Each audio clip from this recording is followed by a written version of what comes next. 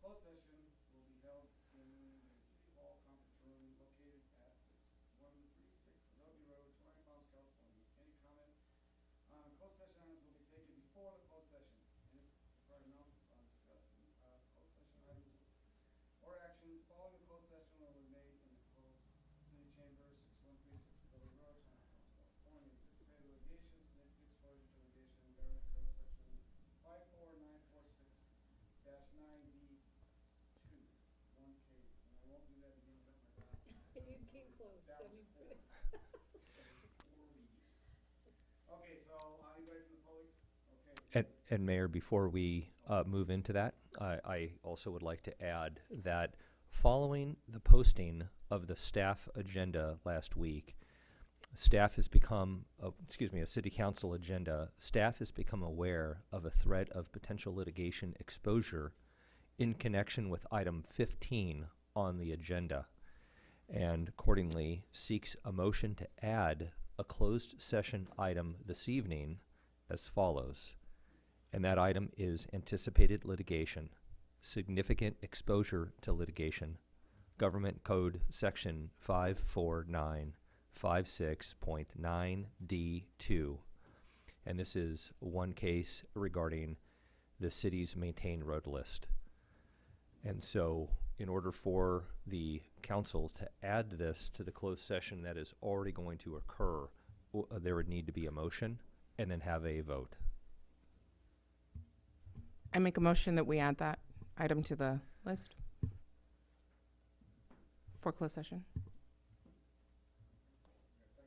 Second. Mayor, Councilwoman Ramirez, Aye. Councilmember Bildering. Aye. Mayor Pro Tem Scott. Aye. Mayor Mitz. Aye. 640. Very good, thank you. I was like, you came and said, "Big Woods," like, oh, I was, Actually, we had to wait till she got here. I was still, I was still comprehending what you were saying. I was like, We had to have a fourth. I was knocking at the door because I left my car at home, no, and then I called you. I was comprehending what he was saying, and then she was Big Bush. I'm like, oh crap! Did I miss? What part did I miss?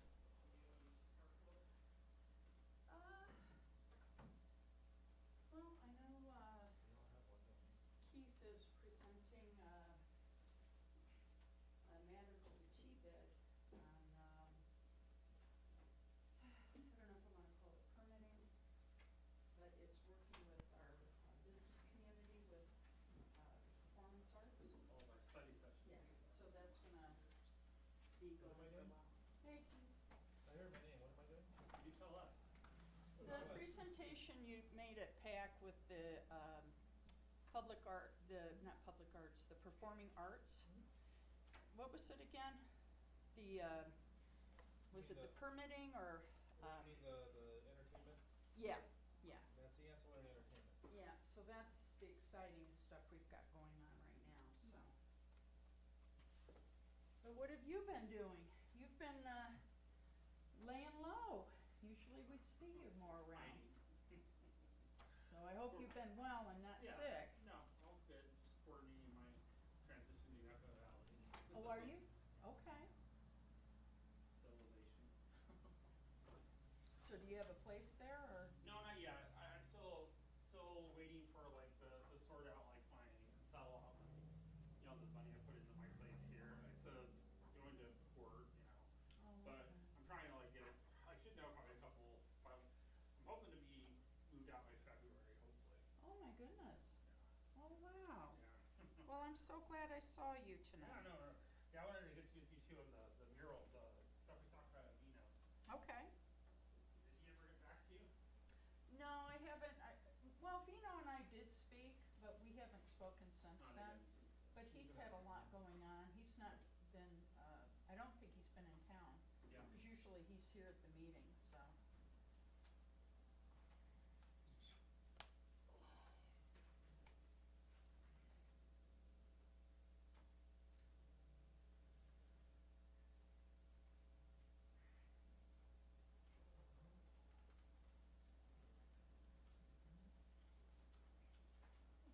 Hey, how are you?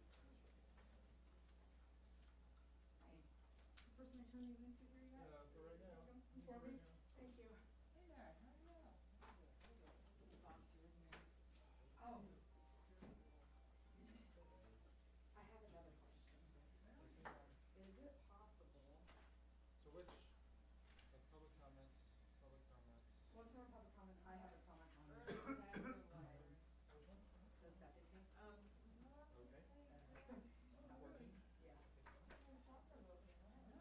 And then I was wondering if there was a way that, a copy of the information that we're gonna be providing tonight could be given to council members. I'll talk about this in So I public think I have comment. to. Something about what I've been working on. It's keeping me busy.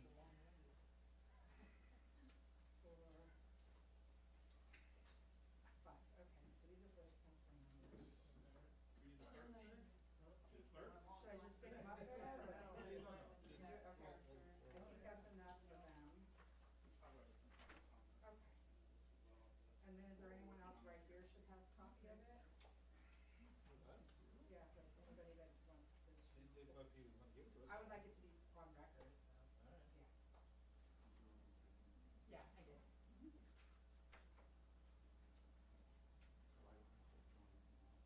No, I took it up for you. I didn't. And then you just want to talk about it in public comment. Alright.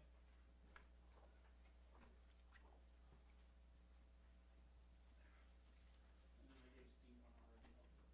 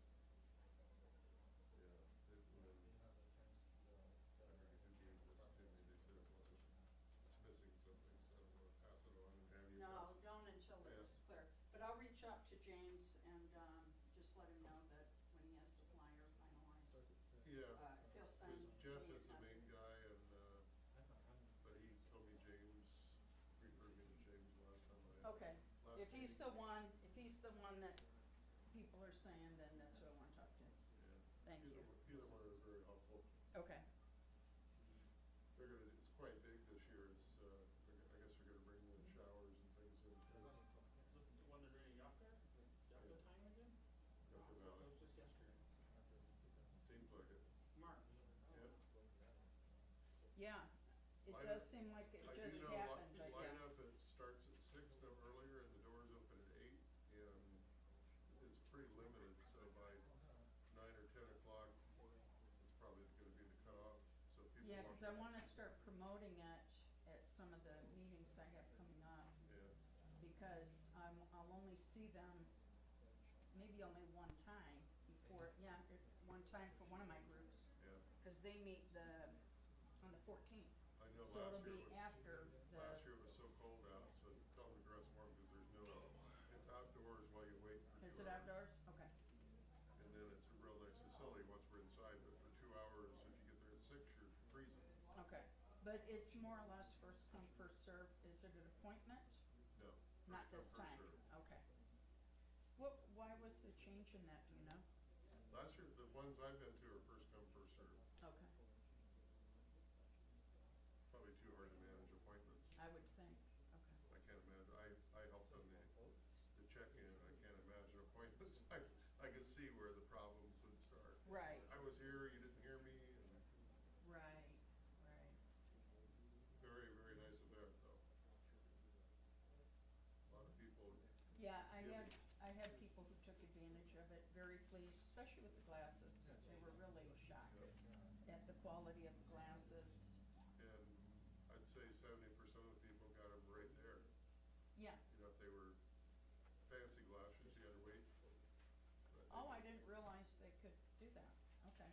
I just assumed it was quality eyewear that was what they had, and then They're all they picked it. custom, and they had the van, you know, we did it recently at Freedom Plaza. At Yucca Valley, I think we did almost 400 people, and then Freedom Plaza, maybe 300, I can't remember the name of it. Freedom Plaza was a little bit more reasonable, because it was only eyeglasses, and I was surprised more people didn't turn out. But we had to turn away a few people at the end of the day, and I'm a pretty good schmoozer, so I said, can you do 3 more this family? And Mhm. they were really good about staying over, because they're exhausted, you know, they get here the night before, coming from all areas of California. Oh, okay.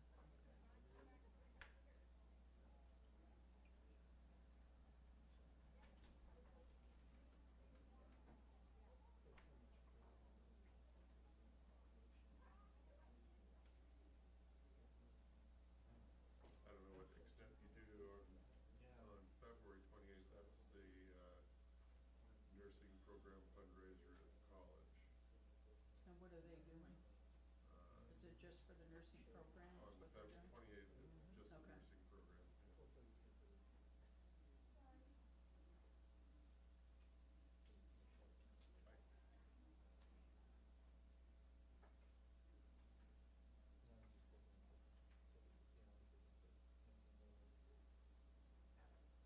And if you know any students at the college, they have a student resource center, they've got, I don't know if they do it monthly, I donate a lot of new clothes, but, you know, we have a pretty poor area, some kids have a hard time, and they're not all kids, you know, I think the average age is closer to 23, 24 at the college. But they can get free soup every day for the students. Somebody donated a bunch of money years ago, so that was their wish. So nobody goes hungry. And then the Student Resource Center, if you need hygiene products, or they have typically food every day of some type to take with you. I don't know. Wow, that's nice. It's really if you haven't, because I know you give a lot, Sandy's in charge of the foundation. Yeah, over there. I didn't realize that was a need. I'd never thought about it. It's, You know what I'm saying? I just Well- never had thought about it till you just said that. I have a copy that introduced me, and I just got hooked. I mean, it's such a well-run, Mm-hmm. good people, caring people. And the kids are going to school, they're trying to better themselves. Some Right. had to drop out, start again, drop out, start again. Oh, Finally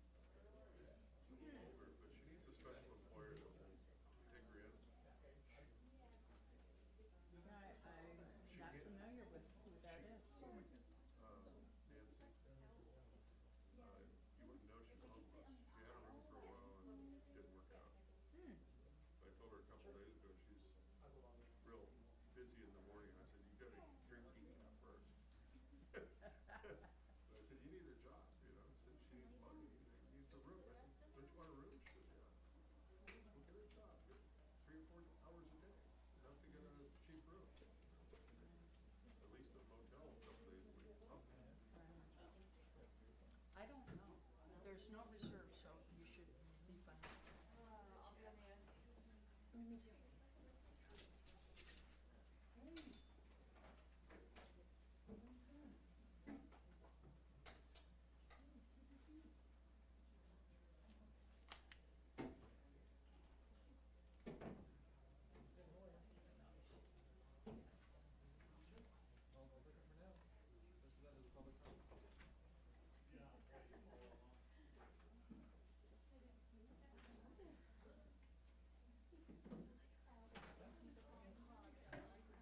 What does your shirt say?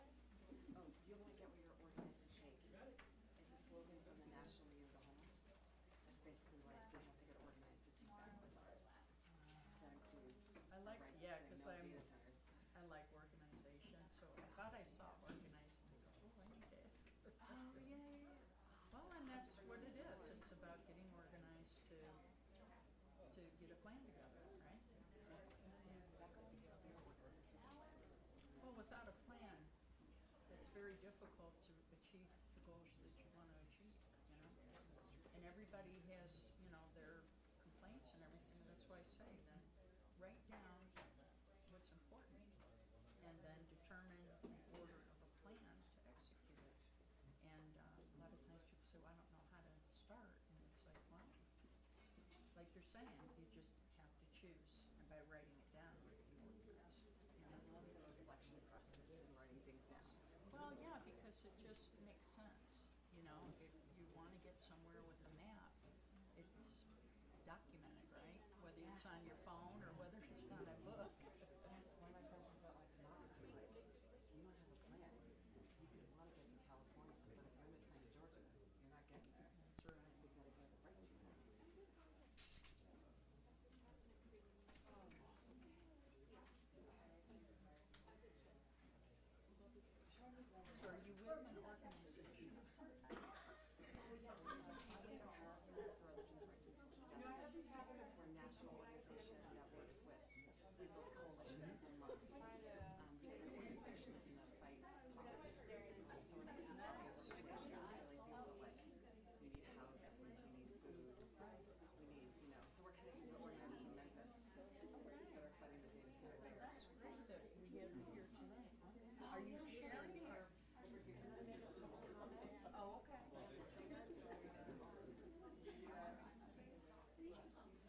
I love that. I think that's a great idea. I'm Pauline. I'm Leanne. Nice to meet you, Nice to Molly. meet you. Awesome. Nice to meet you.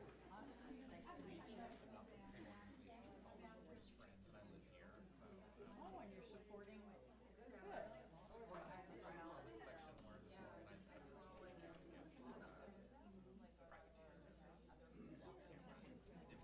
You know, at first I had thought that, it's funny you bring it up, at first, when I had the presentation about the plot camera, but then the more I started learning about it, I was like, this is nothing but like having your facial screen with the TSA. You know what I'm saying? And then I began to realize, and I'm like, wait a minute, this is too invasive. It really is.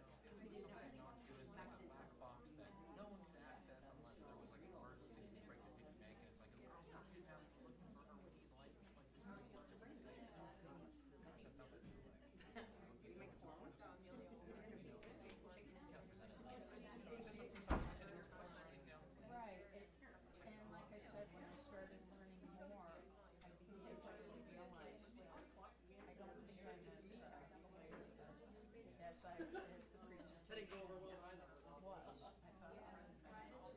a reasonable, you know what I'm saying? Because if you don't, you know, because you can present anything that doesn't have everything and just pull the pleasant stuff, yeah, the pleasant stuff, and not really indicate. But when I began to start watching some YouTube videos about it, I was like, because we had a presentation like last year sometime.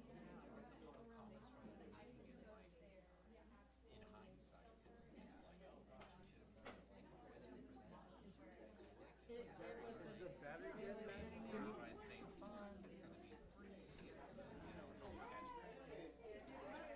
And it was, I was here for the presentation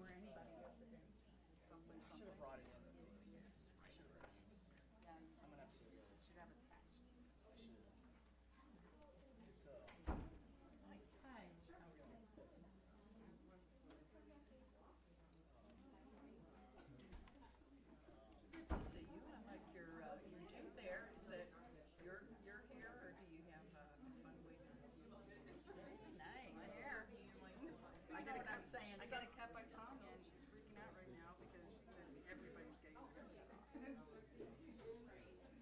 Drastically, like people like me, like, she's all, you know, we get at an age that it's kind of like, do I really want to do all of this work?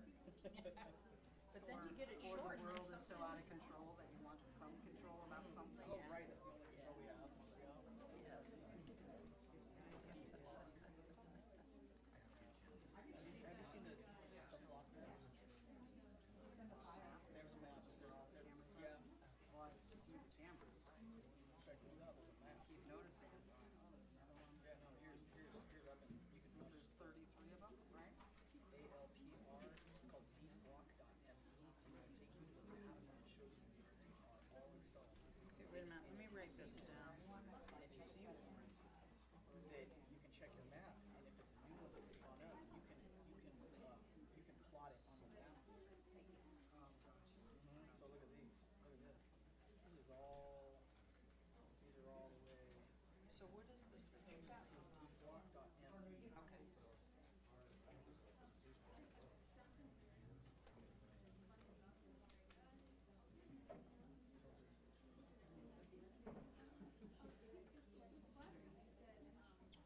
And it shows you also, if you click the clusters, it'll show you which direction they're oriented, where they're. So a lot of them are reading cars exiting 62 until you get to a heavy center, where it's like here and then Well, don't I have to do 5 different things?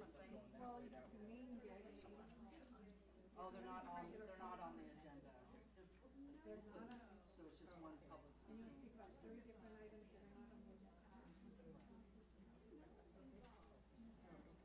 So how do I? I probably could, but I thought I had to do 3 different ones. Yeah. Yeah, I can do it all. Can I see one of those, please? Can you see one of them? Yeah. How do I? Did you have 3 of them too? Are you right? No. Because there's another one that has 2 or 3. I'm like, wait a minute, what's going on? You gotta teach us. So this is if you wanna make a comment on anything that's not on the agenda. Oh, not on the agenda. Oh, and on the agenda. It is the regular comment part that comes from somebody right here, which has to speak about this item. You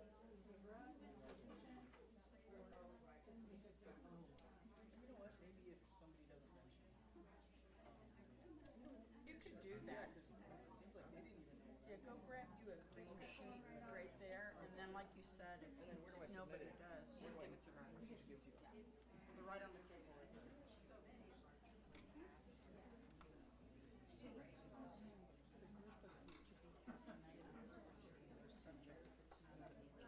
No, I know what you're saying, but it's not on the agenda, so what's bringing you guys here specifically tonight?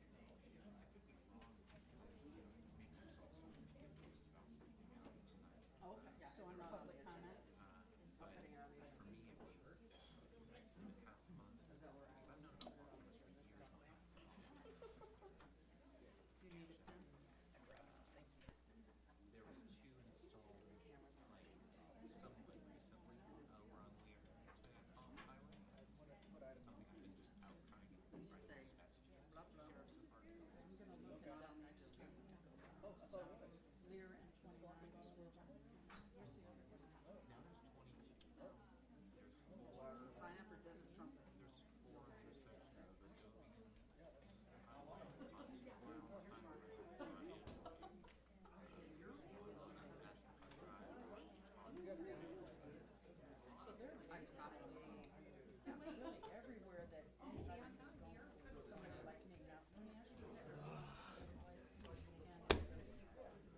I think so. Okay. Because see, I come that way, where I come off of, Godwin to 602, it's all about a show. And when I get 29, now behind me. Is that Imagine Assassin? He was right behind me. 5, 6, Yeah, he was. He was right behind me. So he was.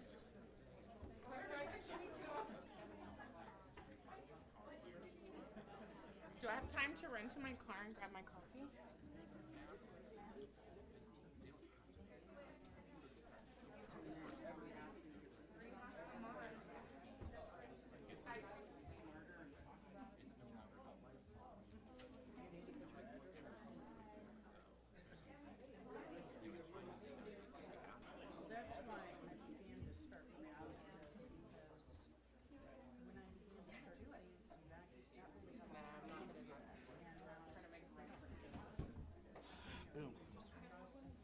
can have mine. Mike, this, well, yeah, let me put it here when I come in. Right on, my notes. You don't like print it at home or work or? Never mind.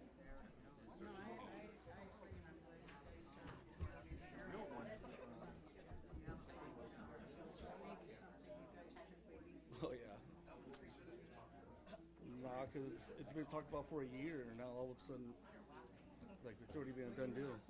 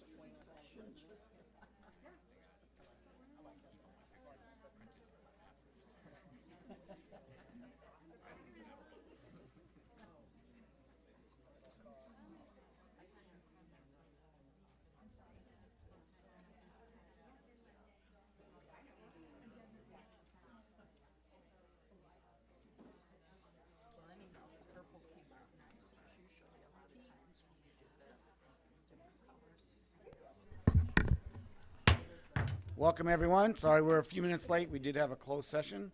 So we're going to go to the call to order, and then we have pledge allegiance. Our former mayor back there 5 times. Mr. Klink, would you like to lead us in the pledge, please? Please join me in honoring the best flag and country in the world. Ready, begin. I pledge allegiance to the flag of the United States of America and to the republic for which it stands, one nation, under God, indivisible, with liberty and justice for all. Okay, if you'd like to remain standing, we have invocation by Susie from the Church of Jesus Christ of Latter-day Saints. Our dear Father in heaven, we are so grateful for this day. We're grateful for this opportunity to be here in City Council. We're grateful for our council members, Father, and for all the work that they do, and for the city employees, and then the love and care that they give to this city. We're grateful for the military base that's on our property, or not on our property, but in our area, and we're grateful for them, and pray that they'll protect our military and bless them with all that they are in need of. We're also grateful for our sheriffs and the people who protect us here in this basin. We pray that they'll bless them, that they'll be kept safe, that their families will be kept safe, and that all will be well with them. Father, we're so thankful for thee. We're thankful for thy Son, Jesus Christ, and we're grateful to be here this night, and pray that thou might be with those who are here, that they will be respectful and kind to those as they speak, and that they will be able to be heard and understood by the council. We are grateful unto thee again for thy Son, Jesus Christ, and we say this humbly in the name of Jesus Christ. Amen. Amen. Thank you. Okay, roll call, please. Councilmember Wright, Here. Councilmember Bildering, Here. Councilwoman Ramirez, Here. Mayor Pro Tem Scott, Here. Mayor Mintz. Here. All present. Thank you. Okay, closed sessions announcements. We have nothing to report out for our closed session. That's why we were just a few minutes late. I do apologize. Changes to the agenda. We are going to move item number 16 in front of item number 15, just for housekeeping purposes. Okay. Announcements. The proceedings may be viewed on demand on the City of 29 Palms website at www.29palms.org. You may also live stream this meeting by going to the city website and clicking on meeting agendas link. Awards, presentation, appointments, and proclamation. Presentation to the 29 Palms soccer team in their participation in Cash for Trash. It's Mayor Pro Tem, if you'd like to take that. This is the high school soccer team.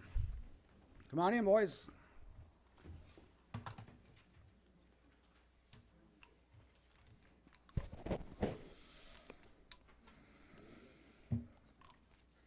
Right here. So this is the 29 Palms soccer team. And the team captains. Perfect. Why don't you come around here and tell us where you picked up at? It's the Circle K area behind the Circle K. Okay.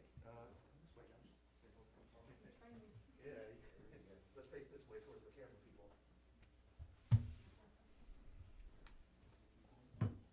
One check from the city and one from the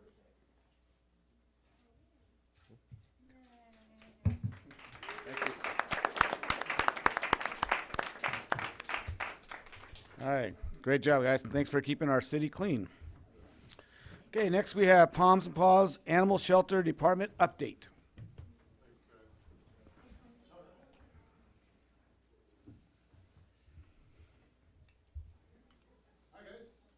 Hi, Rick. Good evening, council members. Good evening, Mayor. I'm here tonight just to give a brief oversight of Palms and Paws 2025 last year. Palms and Paws is doing amazing things with amazing people. It's not only me, it's the staff, it's the volunteers, it's the foster program, it's the volunteer program, and our newly 501c3 that has partnered with us, Pals of Palms and Paws, and I'm going to get to that. Palms and Paws has secured 24 rescues that we're currently working with. We also have partnerships with San Diego Humane Society, Best Friends Animal Society, and Wings of Rescue. With Wings of Rescue, we have 4 completed flights, July, September, November, and the most recent one with Wings of Rescue in December with 15 dogs flying out of Riverside Airport to Montana. San Diego Humane Society has brought up their mobile spay-neuter RV twice to Palms and Paws and has fixed over 60 animals, along with health checks, blood draws, vaccines, and health certificates to be flight ready for Wings of Rescue. We have also been able to pay for 4 spay-neuter clinics with Animal Action League through our donations, including 1 paid clinic for our residents of 29 Palms. JT No Kill Shelter has pulled 30 animals from us last year and has secured a grant from Best Friends Animal Society for $43,000 to secure pulling and rescuing 100 animals with higher priorities due to length of stay, minor health or behavioral issues throughout the next year from Palms and Paws. So this $43,000 is going to them, dedicated to Palms and Paws to help out our animals. And these are the long stays, behavioral issues, things like that, which is a huge deal for us. Save the Meow Meows in Yucca Valley has pulled 16 of our cats. If you guys haven't, sorry, I can't see, I'm blurred. But if you guys haven't heard of Save the Meow Meows, it's a little cat boutique in Yucca Valley. And, you know, you can go in there and you get on your Wi-Fi, drink your coffee, do whatever, homework or whatever you need to do. And the cats will crawl around you and stuff. Kind of a neat little thing. But they rescue some of our cats from us, which is really helping. Rescue animals have been tagged and flown out to 6 different states: Arizona, Maine, Vermont, New York, Idaho, Montana, with Wings of Rescue. 143 animals have left for rescues in 2025. 151 animals have been placed into a new foster program with animal outcomes leading to rescues, adoptions from this program. With this program, it frees up more spaces for incoming animals and gets them ready for their new homes with socialization, basic commands, and house training. Through our sponsored low-cost adoption events through San Diego Humane Society, we have adopted over 100 animals through that program. Palms and Paws has adopted 56 animals and flew 15 to Minnesota last month. As of this month, we have a staggering 23 into rescue and 24 adoptions, totaling 47 for this month. This month isn't over. Volunteers have set up Pals of Palms and Paws 501c3 nonprofit, which stands for Partners and Animals Life-Saving Support, and it has been launched. This nonprofit will continue to fund spay-neuter clinics, reduced adoptions, and various medical for our animals in need, with the February 13th community spay-neuter low-cost vaccines being hosted by PALS for the residents at Twentynine Palms. PALS is offering a low-cost, sponsoring a low-cost spay-neuter clinic. It's going to be down at Project Phoenix Friday the 13th, and it's for our community. With that being said, what we need to do is start fixing the problem before it comes to the animal shelter. So fixing the problem, what I mean is fixing the animals. So fixing our community animals before they have the litters and before they start flooding into the animal shelter and given issues. You know, we got to start somewhere, and we got to start with the residents at Twentynine Palms. So with these spay-neuter clinics, you know, they're about $4,000. They'll fix about 32 animals. We do that through donations, through our Courage Fund, and now through PALS. We're doing it through PALS, which is the 501c3.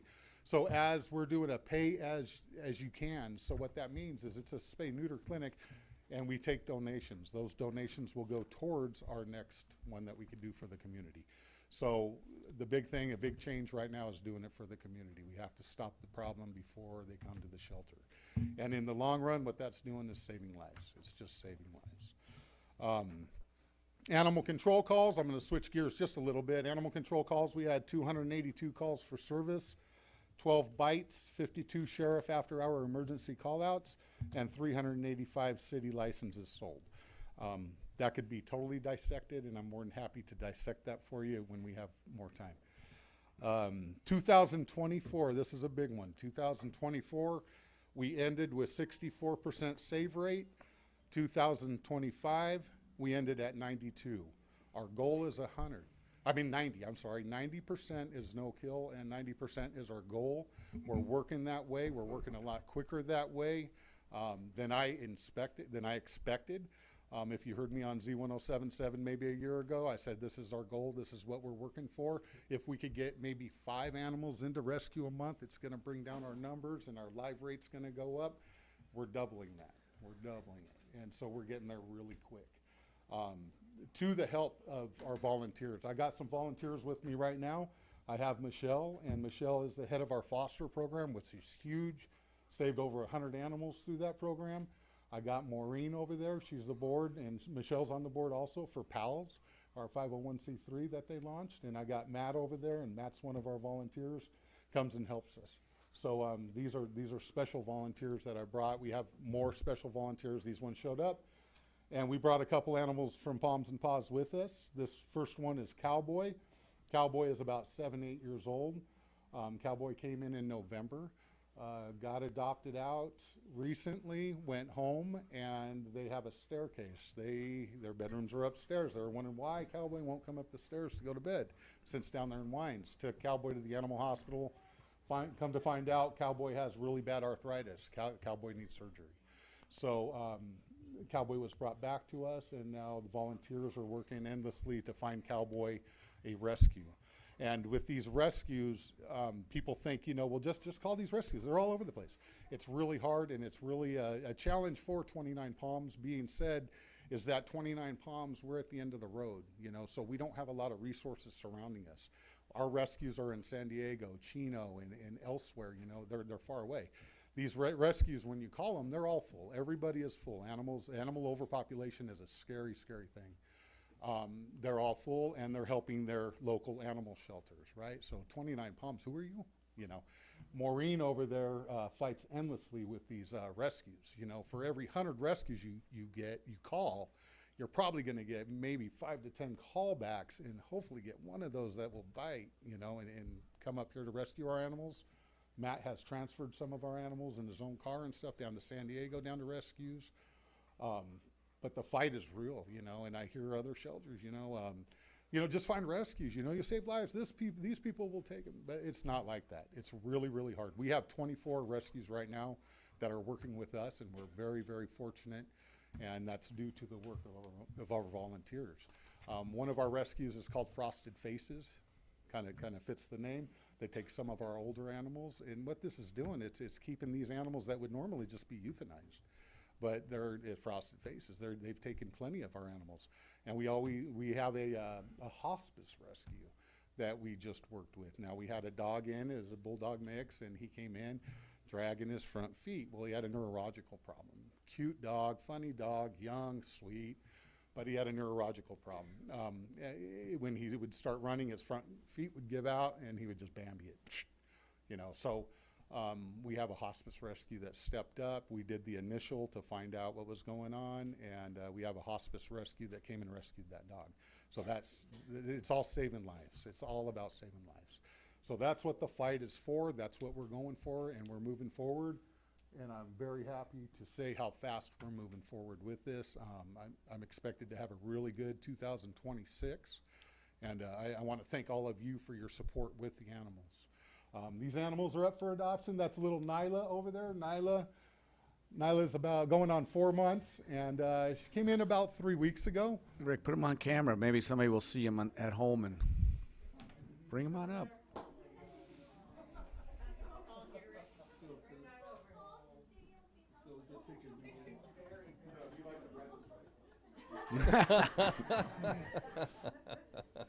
All right, Vanna.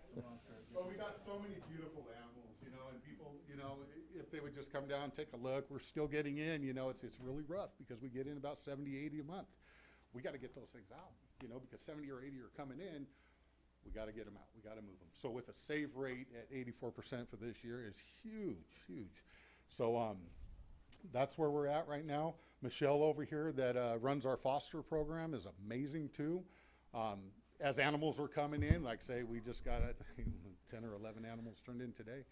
As they're coming in, we need space. There's only so many kennels. There's only so much we could do. So we make calls, emergency calls to Michelle. Michelle, So keep going. And it's just one of the questions that I had. Why is fostering important? So fostering is so important because it opens up kennels for the incoming. And so what else it does is when we could get when we could get one of these animals into foster home, it socializes them. It gets them used to a family. So then when they come back to the shelter or something, they're used to a family. When they're doing a meet and greet, they're used to laying on a couch and stuff. They're good. They're selling themselves. But it opens kennels, and that's a big thing. So when we call Michelle or something, you know, when we call Michelle and say, hey, Michelle, we got 8 dogs coming in. We got 5 kennels. She starts hitting the fosters. You know, we need this emergency foster. We need this now, and it happens.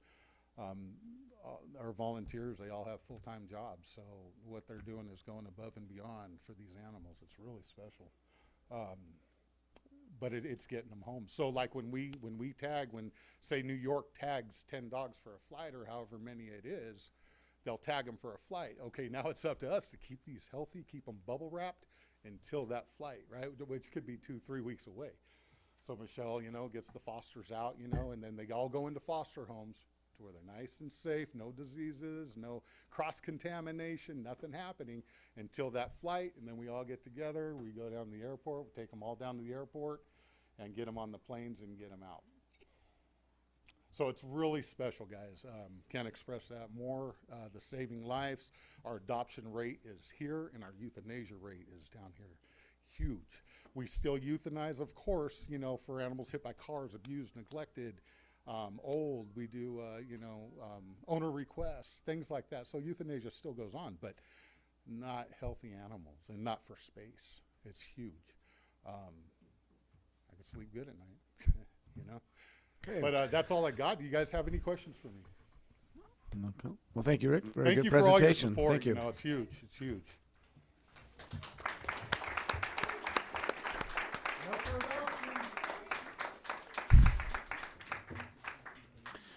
Okay, next we have a presentation by the Park and Recreation grant recently received, the National Recreation and Park and, Association. So Lisa.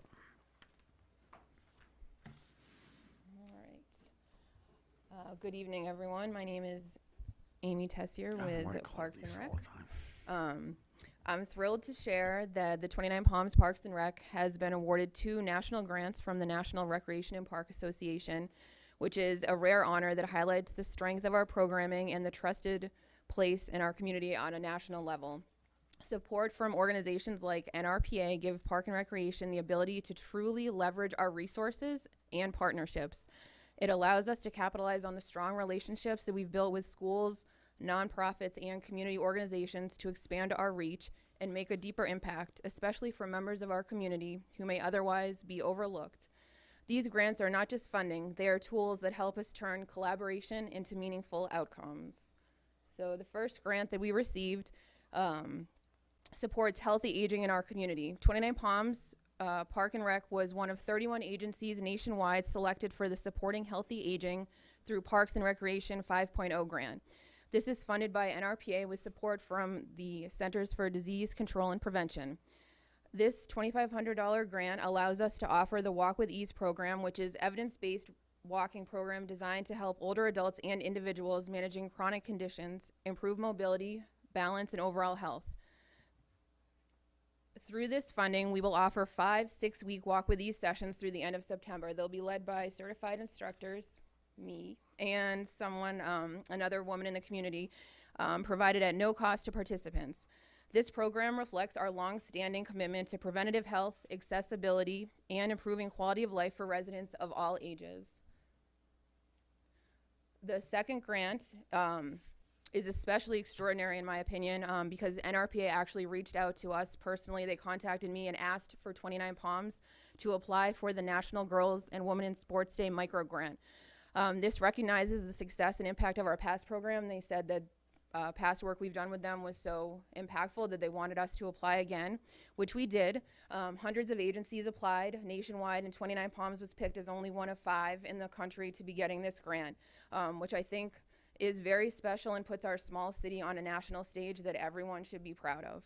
With this funding, we're going to be hosting the Girls Take the Court Basketball Clinic.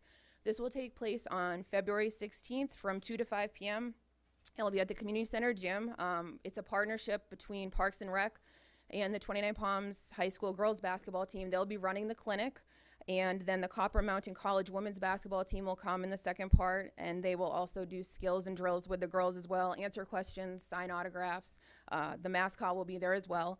This girls-only clinic will serve girls ages 6 to 14. We're going to focus on skill building, mentorship, and positive role models, which will celebrate National Girls and Women in Sports Day, which is February 4th, in case anyone keeps track of that holiday. And it's going to empower young athletes to see themselves as leaders both on and off the court.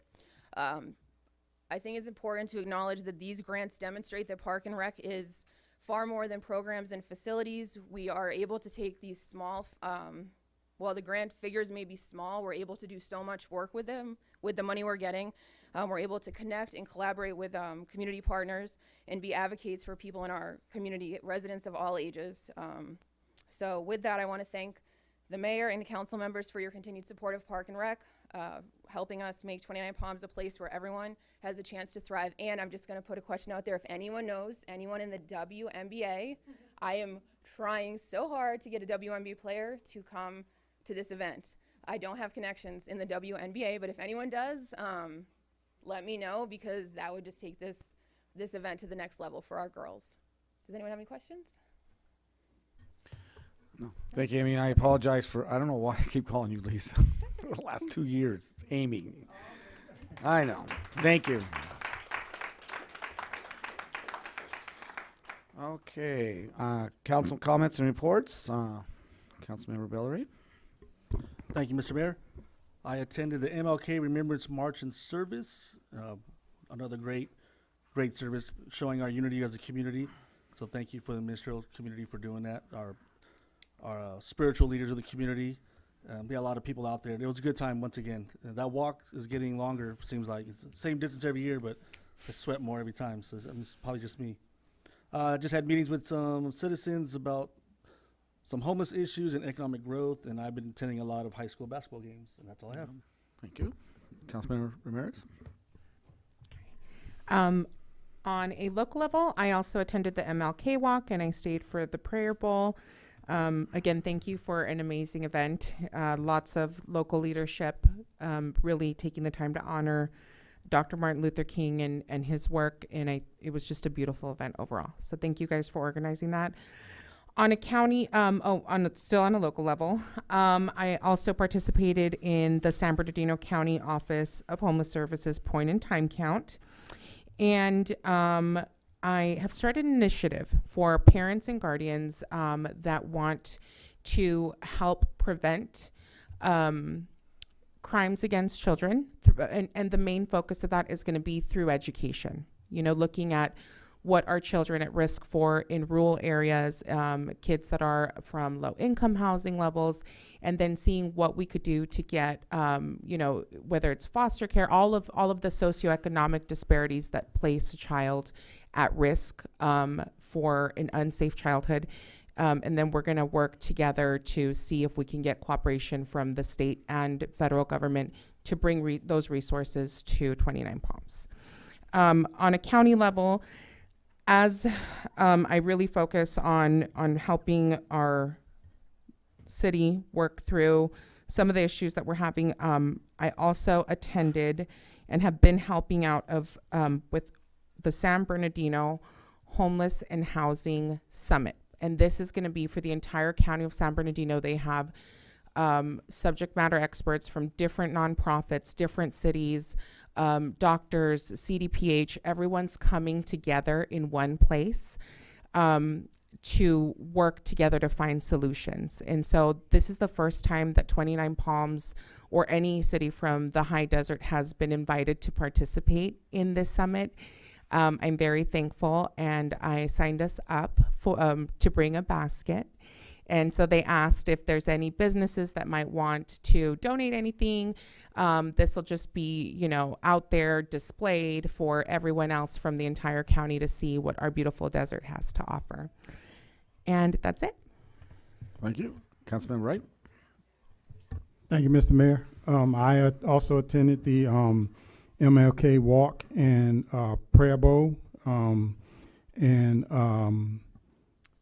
The 29 Palms Bible Baptist puts that on, and we're truly grateful because it's one of the things I look forward to in the community, to see the community come together, and it was a great event this year. Of course, I always want more people, so like when the whole city is there, then we might be good, but eventually we'll get there.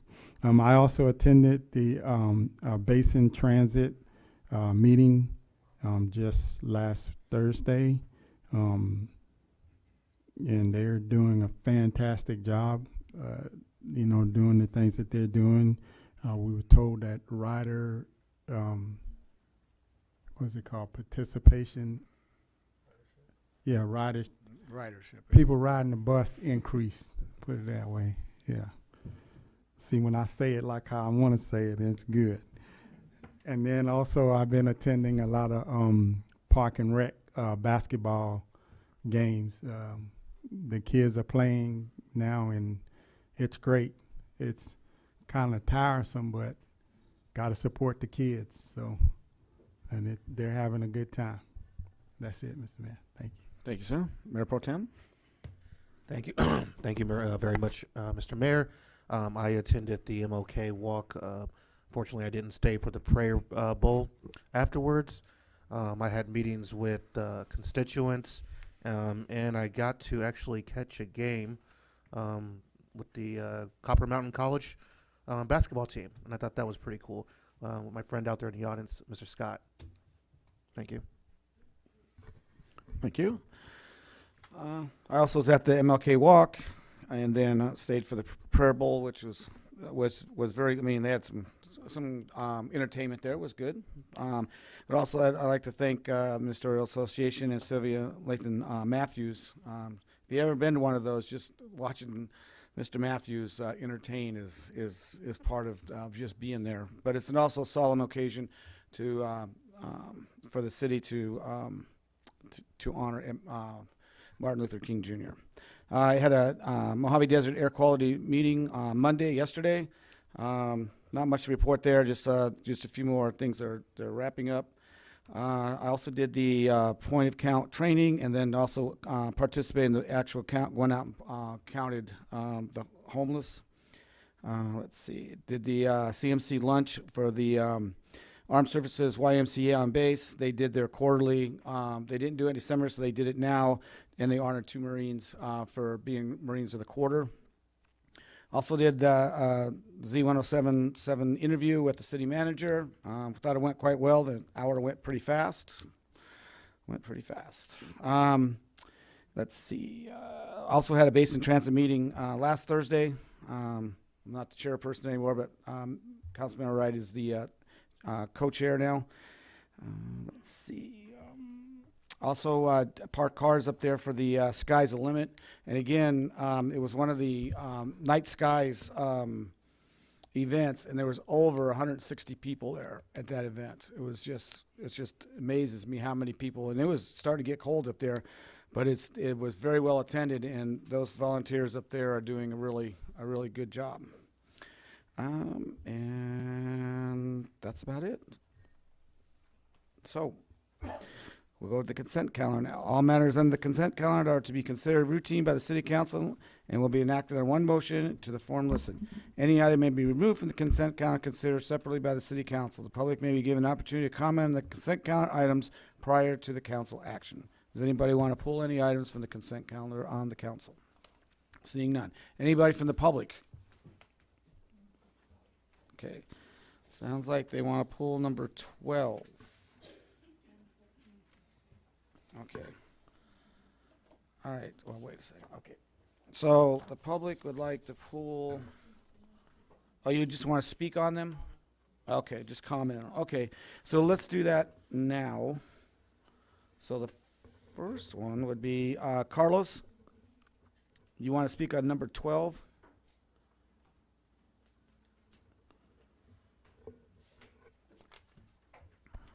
Hello, everyone. Good day. So I was just here in North Indio, out in Indio Hills, doing a compliance check, and just passed by the CV Link. Just finished out there in Gulf Center Parkway. Beautiful. Seeing all these different people out there hopping along, enjoying the day. It's a beautiful day. Great photos I have, by the way. So my experience is I believe there's a valuable infrastructure and resources city. If no one believes me, we can argue about this later. But I believe that if we build this infrastructure, will generate for the future. This will help for the current and future generation of 29 Palms or just travelers. If we build enough and hook onto this infrastructure throughout the city, we can probably attach onto the tours of Palm Springs even probably a week before or after to hold the crowd up here in the high desert. I would say reach out to the city of Mecca and to the Joshua Tree National Park and create a path and call it the pilgrimage to Mecca from 29 Palms. I think that'd be a great pitch and a great argument to bring up the crowd up here. I think that was my idea I was holding up for next year, trying to figure out because I have groups down in Coachella Valley, especially the Coachella Valley Kittens is a local nonprofit that do the little group out there. Another question is, can the Measure I be used? Because I remember CVAC using transit funds to help the infrastructure. I know that was Riverside, this is San Bernardino. But this can also help with multimodal transportation, like we were talking with Bus Rapid Transit. Like the guy was here last time, he said those funds can be used. And so if this is a multimodal transportation system, Measure I can probably be used. Just a thought. Thank you. Thank you. So you also want to request that you are in favor of item number 9, 12, and 16 on the consent calendar. Thank you. Okay, so we have a request for item number 14 from Heather Drake.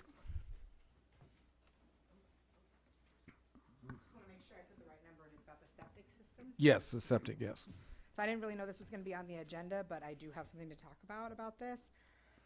If you guys are really looking to improve the situation in the city with the septic systems leaking into the ground and the environmental factors, you should probably look at some of these property management companies and rental companies, because I personally rented from Triad Realty for 7 years before I just purchased a home.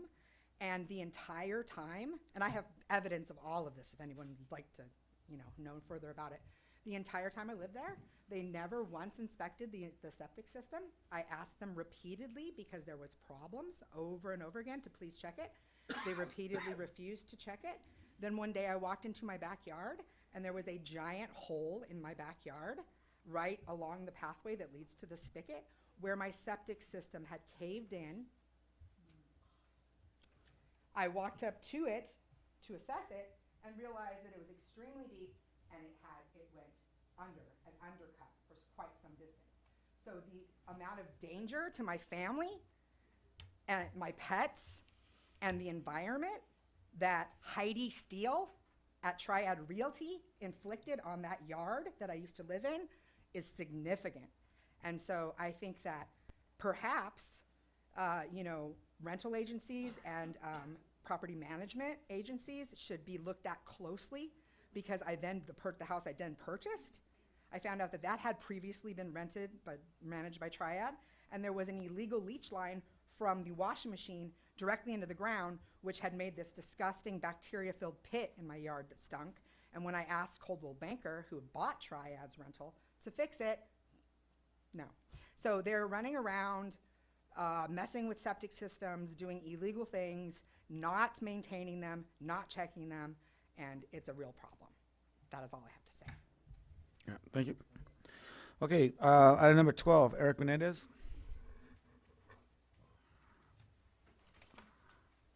Hey there, Eric Menendez. I will piggyback on item 14, though. I agree with her completely that I think rental companies need to be held to a higher standard, just because formerly in short-term rentals, we always had to do the septic inspections and so forth, and I think it is a very good point. I just wanted to comment on item 12, the Hatch, or the bicycle channel trail, and specifically the map links into the Hatch expansion. I know Hatch is on there. I think this is a great idea, and I think, like Carlos Blandon said, I think that having a network of trails for bicycles up here would be a game changer. I know Councilmember Mintz and Councilmember Wright, you were at the Basin Transit meeting where Eric Leonard from Yucca Valley spoke, and he's a big proponent of bicycle lanes and bicycle trails. I too have been to the CV Link, and I think it's a really great thing for the Coachella Valley. And I know Mayor Abel, Merrill Abel from Yucca Valley, also is a big proponent of the bike trails. So I'm glad we are moving forward with this, and hopefully we can continue to move on the same direction. And on that note, also on Hatch, I do want to say that after the last round of floods we had, I was at Mr. Vino's property when it happened, and I had to actually walk home because my truck was flooded in. And, Hatch Road is dangerous. I mean, I don't know what we can do in the meantime until trails or that road is expanded, but like you literally take your life in your hands if you're walking at dusk. People are going like 80 miles an hour by you, and that's a pretty scary walk. So I hope we can do something in the meantime until Hatch Road is completed to make that a safer path of travel. Thank you. Thank you. Okay, that's all the slips I have, so bring it back to council for a motion. I move the consent calendar. Second.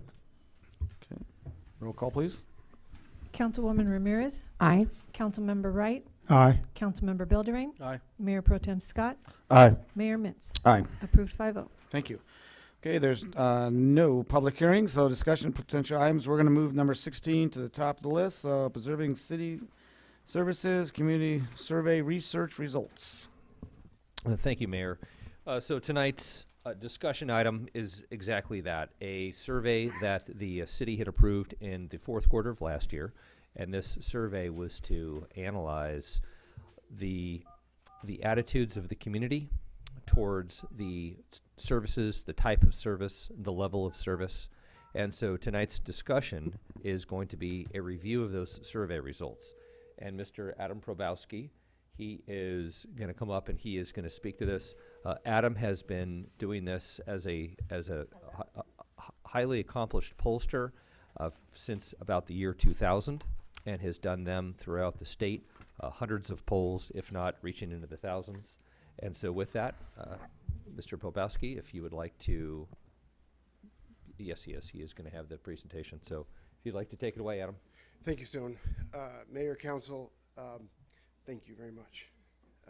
Adam Probowski.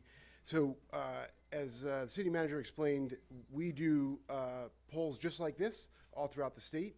This is a very typical scenario for a city looking at the possibility of new revenues. Happens hundreds of times every election cycle, and we are doing it for probably about a dozen cities right now, or jurisdictions right now. So I'll get right to the methodology just so you get some context. We surveyed 300 voters, likely voters in town. To give you some perspective, statewide, we will poll about 1,000 people and have a highly predictive outcome. We're dead on accurate, knowing exactly what's going to happen with 1,000 people statewide. Even, let's say, San Bernardino or LA countywide, we would do 300 or 400 and know exactly what was going to happen in countywide elections. So this is very robust for a city the size of 29 Palms. We talked to people in English and Spanish. 5% chose Spanish. Doesn't mean they don't speak English, and doesn't mean the English speakers don't speak something else. Just preference. And we talked to people on the phone, landlines, mobiles, and then we also emailed and texted them so they could take the survey. Most people took it online, which is kind of how most of us communicate. So first off, we asked people if they approve or disapprove the services delivered to residents. 56% say they approve. This is where I explain this is not an academic exercise. We didn't just get a D or an F here. This is America. We don't agree on anything. So 50% plus 1, amazing. 56%, hallelujah. So you're doing okay. And there's plenty of places that are upside down in these numbers. Next, we look at some specific services: public safety, public works, parks, and then animal control. And you can see all of them are in the positive. Some varying different levels there. Public works a little more tighter than others, but all in the positive. And why are they unsure? Did I not do my job? No. The voters just aren't thinking about you all. It's not on their minds. When I talk to them about parks, they're like, I don't know how they're doing. So it's okay for people to not know the answer to that question. Next, we give them a list of things that cities do, and we say, what's personally important to you? They get to choose as many as they want, and you can see what happens is at the top, street maintenance is really high on the list, and the others are all kind of relevant there. You can see some bulking, public safety, preparing for emergencies. All those things are important, and then they trail off from there. It doesn't mean that planning for climate change is not something people care about. It just means these other things are, higher on their list and in what they're contemplating. We then ask the same list and we say, what are you personally satisfied with? Different things show up. And so you see animal services show up and parks show up and different things, but all those numbers are a little bit smaller. So we get to this slide and where you get to the top right where, the potential for people want have higher satisfaction, higher importance, providing public safety, maintaining parks, maintaining sidewalks. These are things that are really important to people, and they're pretty happy with. And maybe high priority, low satisfaction is those ones on the bottom, where you can maybe address some changes there. So I'm going to move quickly through these slides, and just so you know, I think you've probably seen it in the agenda, there's a whole lot behind this, understanding how voters feel based on all the demographics, and then there's a whole bunch of open-ended responses that you'll be able to see in a final report. So, but I'll move quickly here. We asked voters if they think the city needs resources, more money, and you can see 75% say that there is a need. So they recognize that budgets are tight and that you're spending your dollars well, and that there's just need for more money. Next, we ask them, does the city do a good job at managing taxpayer money? A plurality say yes. It's a little tighter. Most people, or a lot of people, just don't know. So as you educate them on the awards you've gotten for finance and the austerity measures you've taken to cut and make sure your budget is strong, you'll bring more people to understand that you're making really good decisions with their tax dollars. Next, we talk to them about does the city do a good job with managing, this one is maintaining quick emergency response. Should public safety be the top priority? 91% say yes, that should be where your big focus is. Very few people disagree. And we then tell them about the Palms and Paws Animal Shelter. We give them some context, some background, and they say they agree. The idea that it does a good job, essentially. All the different services that it does, and the importance of it. They say they agree with this idea that this is something that's a priority for them. Next, we have the question, and this is what would theoretically be on the kitchen table as someone sitting there and voting. The ballot question, we call it the ballot label, and it gives kind of all the different things that you might do with spending new resources. The fact that it would yield $2 million a year, and the fact that it's voters that get the chance to end it if they want, and budget audits and all those sort of things. You have 55% yes vote. For a general tax like this, you need to achieve 50% plus one. So this is a strong starting position. Sure, it'd be great if it was 60 or 70 or 80, but you have a very strong starting position, and you can see that a small percentage, lower than a third, say they don't want this at all. Next, we talk about, I'll call these features and benefits, the things that would happen if the tax passed or didn't, or arguments one way or another. So first off, we talk about using the money for the animal shelter, upgrading it and staff and making it a safer environment. 62% of your voters are more likely to support the tax, knowing that's the case. That's one of the places resources would go. And I'll skip them through them going forward, but just quickly on the right-hand side there, the no people, the originally said, no, I'm not supporting this, 36% are more likely to support it based on that message. And then on the unsure among those folks, 46% of those people say, oh, yeah, now I get what you're doing with the dollars, I'm gonna be more supportive. And you'll see that thematically throughout. Next, we talk about the fact that costs are rising, and it's a challenging time for residents. And we make that argument because that's what maybe some neighbors might say to neighbors. And 47% are more likely to vote no based upon that message. But if you can see, we're going to have a whole bunch of messages that are all higher in the more likely, and certainly some people who are opposing, but never achieving the level of the people who are supporting it more likely. 50% saying they're more likely based upon the fact that we're going to fund public safety. And then 62% more likely based on the idea that we're going to protect local families because this isn't going to be on groceries, it's not going to be on services, it's not going to be on prescription medicine. People appreciate that and are more supportive based upon that. They're also more supportive based upon the fact that the money stays local. It can't be, it can't be taken, and the fact that you're kind of already, spending these resources, spending these monies elsewhere. So, if you spent the money in Yucca Valley, if you spent the money here, you would you pay the tax here versus there. All right. We also talk about the fact that you could avoid the tax by driving to somewhere else, like Beaumont or Needles, and it doesn't really have that much of an impact. People less likely to support it based upon that. All right, it's a regressive tax. This is something, again, logically someone might say, right? If you have a small income, it's a pretty big hit versus some of us who have a higher income and it's just not that big of a deal. So we do want to be recognizing that's the case, but again, less than 50% more likely to vote no based upon that. 59 or 60% say they're more supportive, knowing that there's citizen oversight and independent financial audits and yearly reports to the community. So they understand that you are going to be transparent, and you always are, but this specifically are going to be very, very open about where these resources go. They appreciate that overall. A bigger group, 64%, are more supportive, knowing that we get to take their money. So visitors and tourists come, they spend money here, and they supplement what happens in the city. Sure, residents have to pay it, but there's a whole bunch of those dollars that come in from people who visit town, and you get to capture that additional resources from them. Next, we talk about the fact that a modern shelter would give us all these benefits from an animal care perspective, more likely to support. We also have another set of information about the shelter, ventilation and cooling system would be able to be had, and you have more support based upon that. And even further on the shelter, the idea that you'd be able to isolate sick animals and things like that. So really a whole bunch of messages around the animal shelter are really relevant.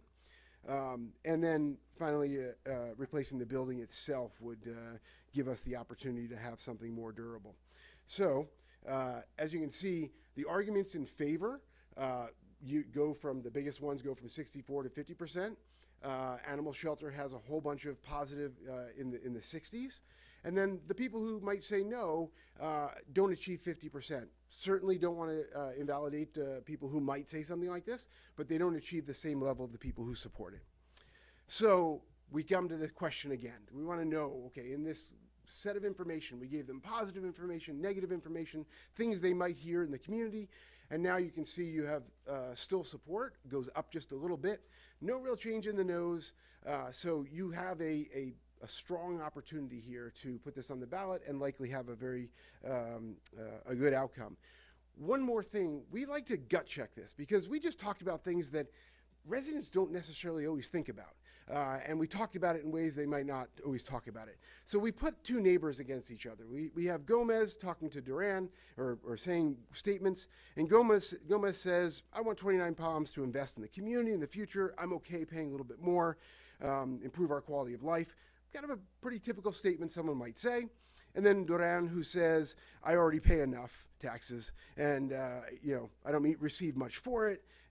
Fix whatever you want to fix, but do it without imposing new taxes on residents. A logical kind of statement. Gomez wins that argument, and similar to the support.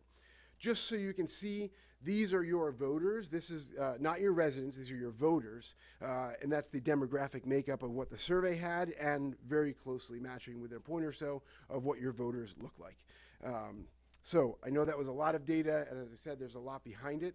I'm happy to answer questions, and there's a lot more of work that we have to give to you to help you get to the next step if there's a policy decision to move forward. Well, that was very precise. Thank you. Any questions from the dais? Sure. Actually, you know what? I'll let Okay. Well, I have opened the public comment. I have one slip from Eric Menendez.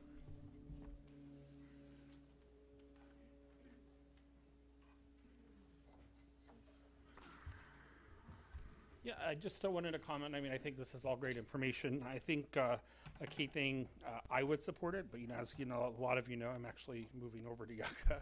But I think this is good. I think that that we do need more public resources here. We need to increase a lot of the things around here, but I also think we need to use our resources more effectively, which is I think a big thing that I've always said for quite some time. I'm glad that I think this was a thorough presentation, and I hope that the city can look at it and move forward and do something great for the citizens of this town. Because I think we really deserve it here. Thank you. Thank you. Okay. Well, that's all the slips I have for public comment, so I'll bring it back to the council. Any comments or? Not so much a comment. Dr. Probowski, thank you so much for this. There was a few things that stood out to me. I really liked that there was an option for Spanish-speaking residents. That's something that's very important to me. In the state of California, I say it all the time, English is not my first language. And then I wanted to let you know that I had some skepticism from some people about the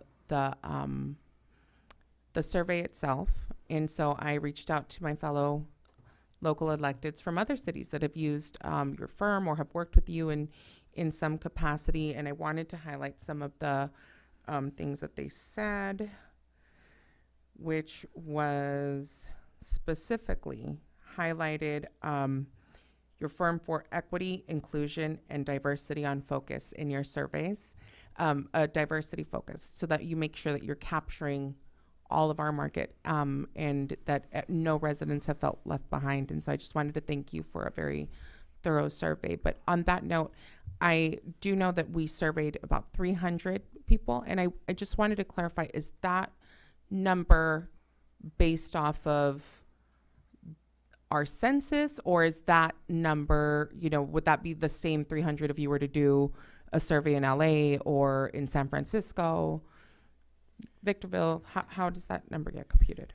Yeah, so in any political subdivision anywhere in the country, city, county, special district, our initial start would be 300 or 400 completes is what we typically would go for. In a city this size, it's a little bit hard to get 400 balanced, so 300 is what we would do. And that's pretty much anywhere. There's logic to doing more if you were really wanting to segment the population, like, so if you really wanted to get a real clear picture on, let's say, if there were council districts, or if there was very unique populations and you wanted to drill down in a neighborhood or something like that, that's why there would be reasons to do more. But from a math standpoint, from an accuracy standpoint, 300 is very robust and a very typical number for a community this size. And it was based on your voter rolls, the percentages of people and all those different demographics is what we base it on. And the only thing that is chosen here is ethnicity, because we have a sense of it, but last name's not really a good indicator. So we allow people to tell us, and we kind of look at the census and we look at the voter rolls, and we get a sense that, okay, we're being, pretty accurate on that. My kids, I have no idea what they're going to say, right? Their mother's Mexican, and I look very white, and who knows what they're going to say, Awesome. Thank you very much, sir. All right, thank you. Any other questions or comments? Okay, I'm looking for a motion. Well, I'll make a motion that we accept the January 17, 2026 community survey result and confirm the City Council's October 14, 2020 approval, allowing the city manager to execute an agreement with Clifford Moss for the remainder of Clifford Moss's proposed engagement. Second. Okay, I have a motion and a second. Any other discussion? Seeing none, roll call, please. Councilmember Bildery? Aye. Councilmember Wright? Aye. Councilwoman Ramirez? Aye. Mayor Pro Tem Scott? Aye. Mayor Mintz? Aye. Approved 5-0. Thank you. Okay, going to item number 15, adoption resolution establishing a maintained road list. And I think Mr. Keith Gardner, are you doing this? Good evening, Mayor. Thank you for this next agenda item. As you mentioned, Mr. Gardner is going to lead the discussion.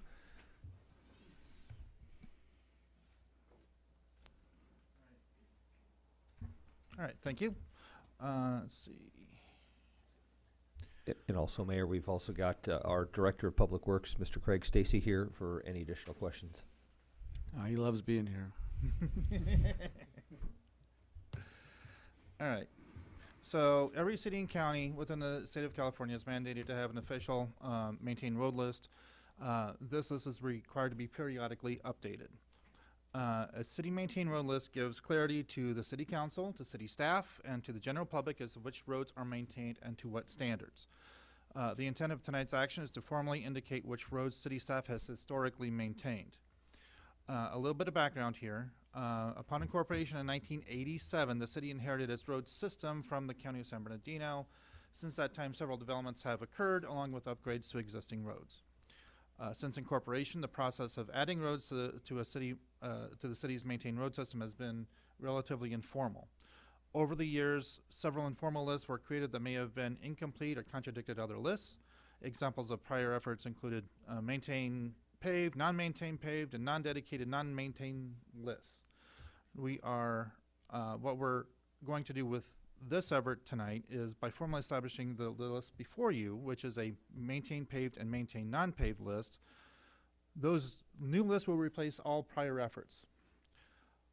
And if the city council approves the resolution tonight, the custodian of the maintained road list will be at the city council level, not at a city staff level, not at city public works or not at city engineer level. Some background information as well.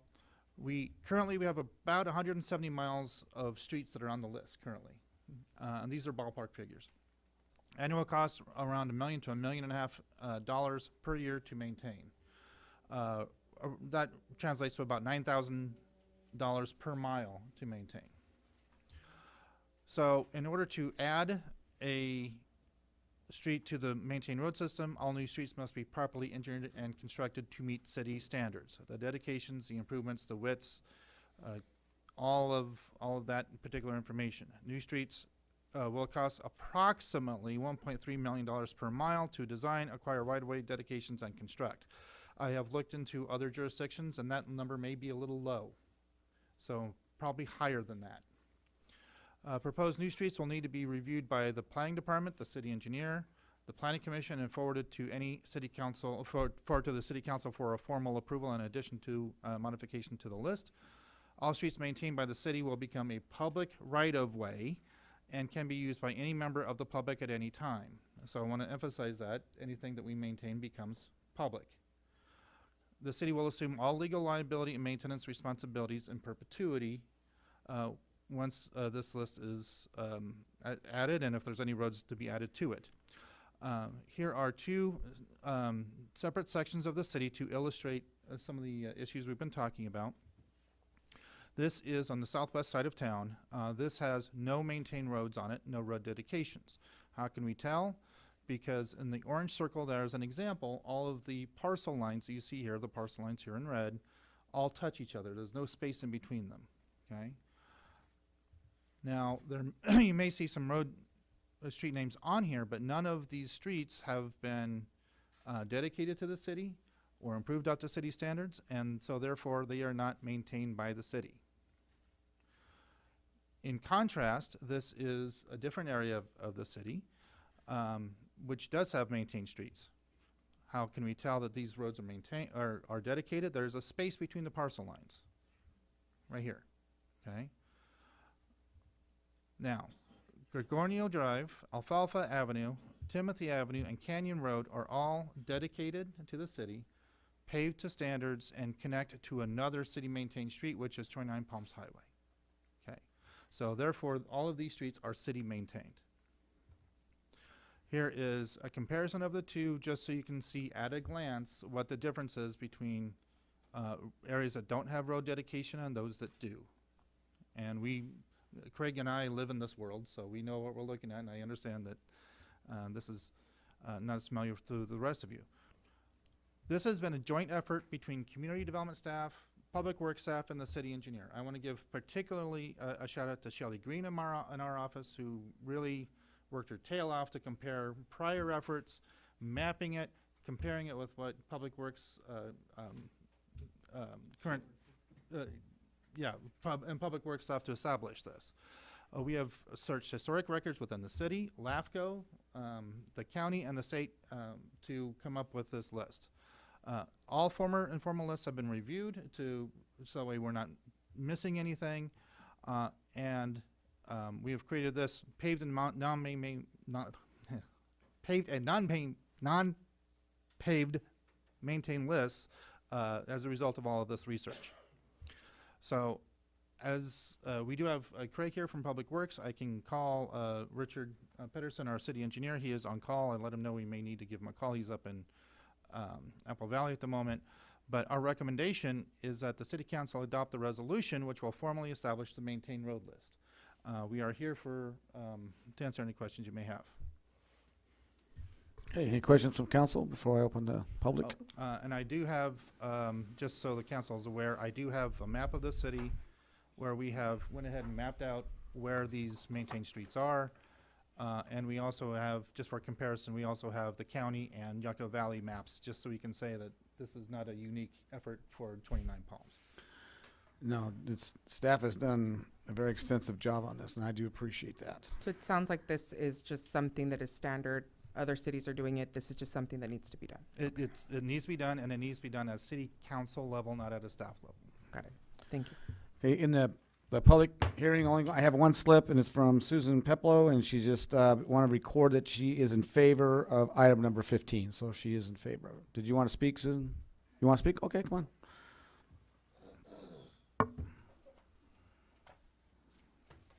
Good evening, everyone. I'm Susan Peplow. I just wanted to thank the city staff for creating this list. I think that maybe they are not getting the accolades that they deserve. I think this is a pretty intense project, and I really appreciate the staff report and conversations on how deep they dug to get a clear list. I'm sure they worked very much with Mr. Stacy. He's been around a minute and has known every, on occasion, road that's been plowed as a courtesy or whatever. And I think that moving forward, this list is going to really help citizens have a better understanding of what their roads are, to set expectations for the city and for themselves and their own immediate community, maybe their street. And now if they have an understanding like, hey, this is a unpaved, unmaintained road within the city, that means it's going to fall to them. I personally have property on a unpaved, unmaintained road within the city, so I well understand these specifics on a personal level. And I think, again, just the clarity of this will help people moving forward and certainly save staff time also, because with the floods or concerns, everybody's trying to be nice and you're just talking again about the same situation. So this will clarify that. To kind of piggyback on the idea about, from somebody else in regards to septic health and agents and managers and properties, I think this is something else that could go to like the Association of Realtors or local agents and stuff as well. Although these dirt roads do pull up in title reports, more than 50% of our properties are, as we know, non-owner occupied homes. So perhaps trying to get this information out to agents who have clients on both ends might help them to be able to set both renters as well as, you know, property owners and sellers, you know, up for success on what to expect for, you know, their properties. So I don't know exactly how to achieve that, but maybe in their newsletters or something. I mean, it's worth a shot just to kind of get the information out there. But again, really great job. It's long time coming, so I'm glad that it's set. And available online on the, you know, city's GIS. You can pull it up at any time and search your neighborhood. All right, thanks. Thank you, Susan. Okay, that's all the slips I have. Bring it back up to council. Any questions? I just want to say I'm sorry, but not sorry. Because I know 2024, I made this initiative after the flood. And as we went through those first couple of weeks after, we started knowing some issues and handshakes and thoughts. And so when you guys really dug into it, I was like, uh-oh, I set them up for, yeah. So I feel bad, but you guys did an amazing job. I know it was more than the conversation we had and how to make this happen. I mean, it took almost 2 years, and it wasn't kicking the can down the road. It was always found another layer of discrepancies, and we fixed them. So thank you once again, staff, for everything you did. I mean, you guys did an amazing job. And I'll echo what Ms. Peplo said. If we get this out to the realtors, property managers, for people who don't know the desert, can come out here and make a wise decision on purchasing a home, you know, not buying a home in the middle of nowhere and have to drive their two-wheel Mercedes down a dirt road for forever. So, no, this is good education. I think that's one of the things we're trying to push as a city is educate our people and educate ourselves too. So I know we got educated really fast on this monster. So thank you once again, staff, for everything you guys done, and council for supporting it too. Thank you. All right. Anybody else? I just wanted to say also thank you. And thank you to Mayor Bilderin. He started this and he pushed and he pushed, and like he said, it was layers. It was layers and years and time. I was a little bit curious because a lot of people will come up to me and say, well, why can't you just make my road a maintained road? Obviously had not looked at this yet, but I called up the county and said, what's the average cost? And when you said I think you said 1.2 maybe? 1.3 million per mile. They said it's 1.5 to 1.7 million or more per mile. I'm not surprised. So I think you said, you know, it might be a little bit higher. It's a lot higher, but you know, there is so many different things that go into this. And Mr. Stacy, how many people do you have on your team? 5 boots on the ground and another manager. So 6. 6 people taking care of an entire city of almost 30,000 residents. Thank you very much, sir. Thank you. Okay, anybody else? Good. Yes, this was obviously a team effort. Great job, guys. All right, I'm looking for a motion. 2602.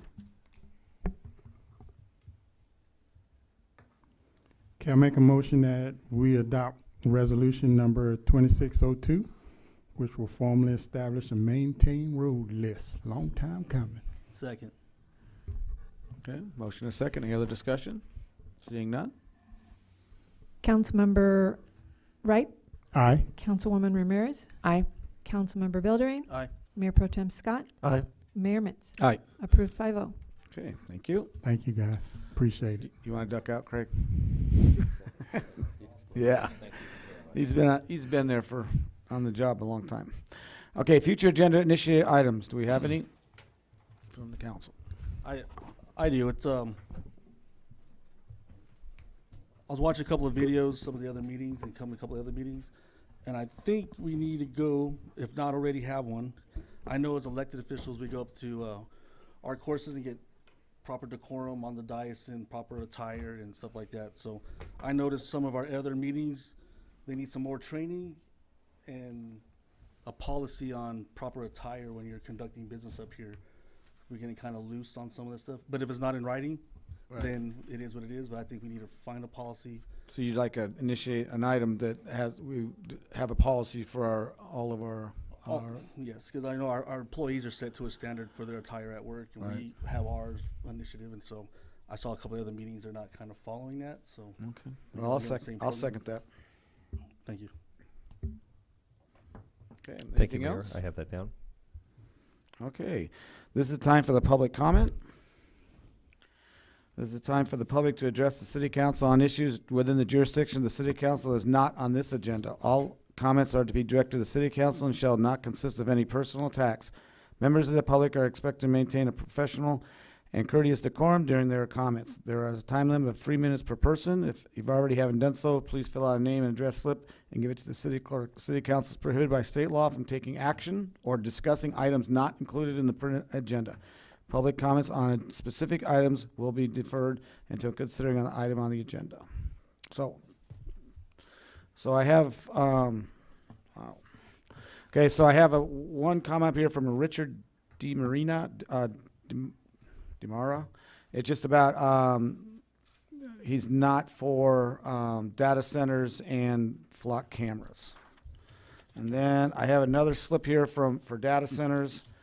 It's also being opposed by Jess Drake, Heather Drake, and Ivan Drake. Ivan, sorry. Yeah. And then also about flock cameras is also opposed by the same folks. So that's now into the record. Okay, so the first one is Susan Lyons.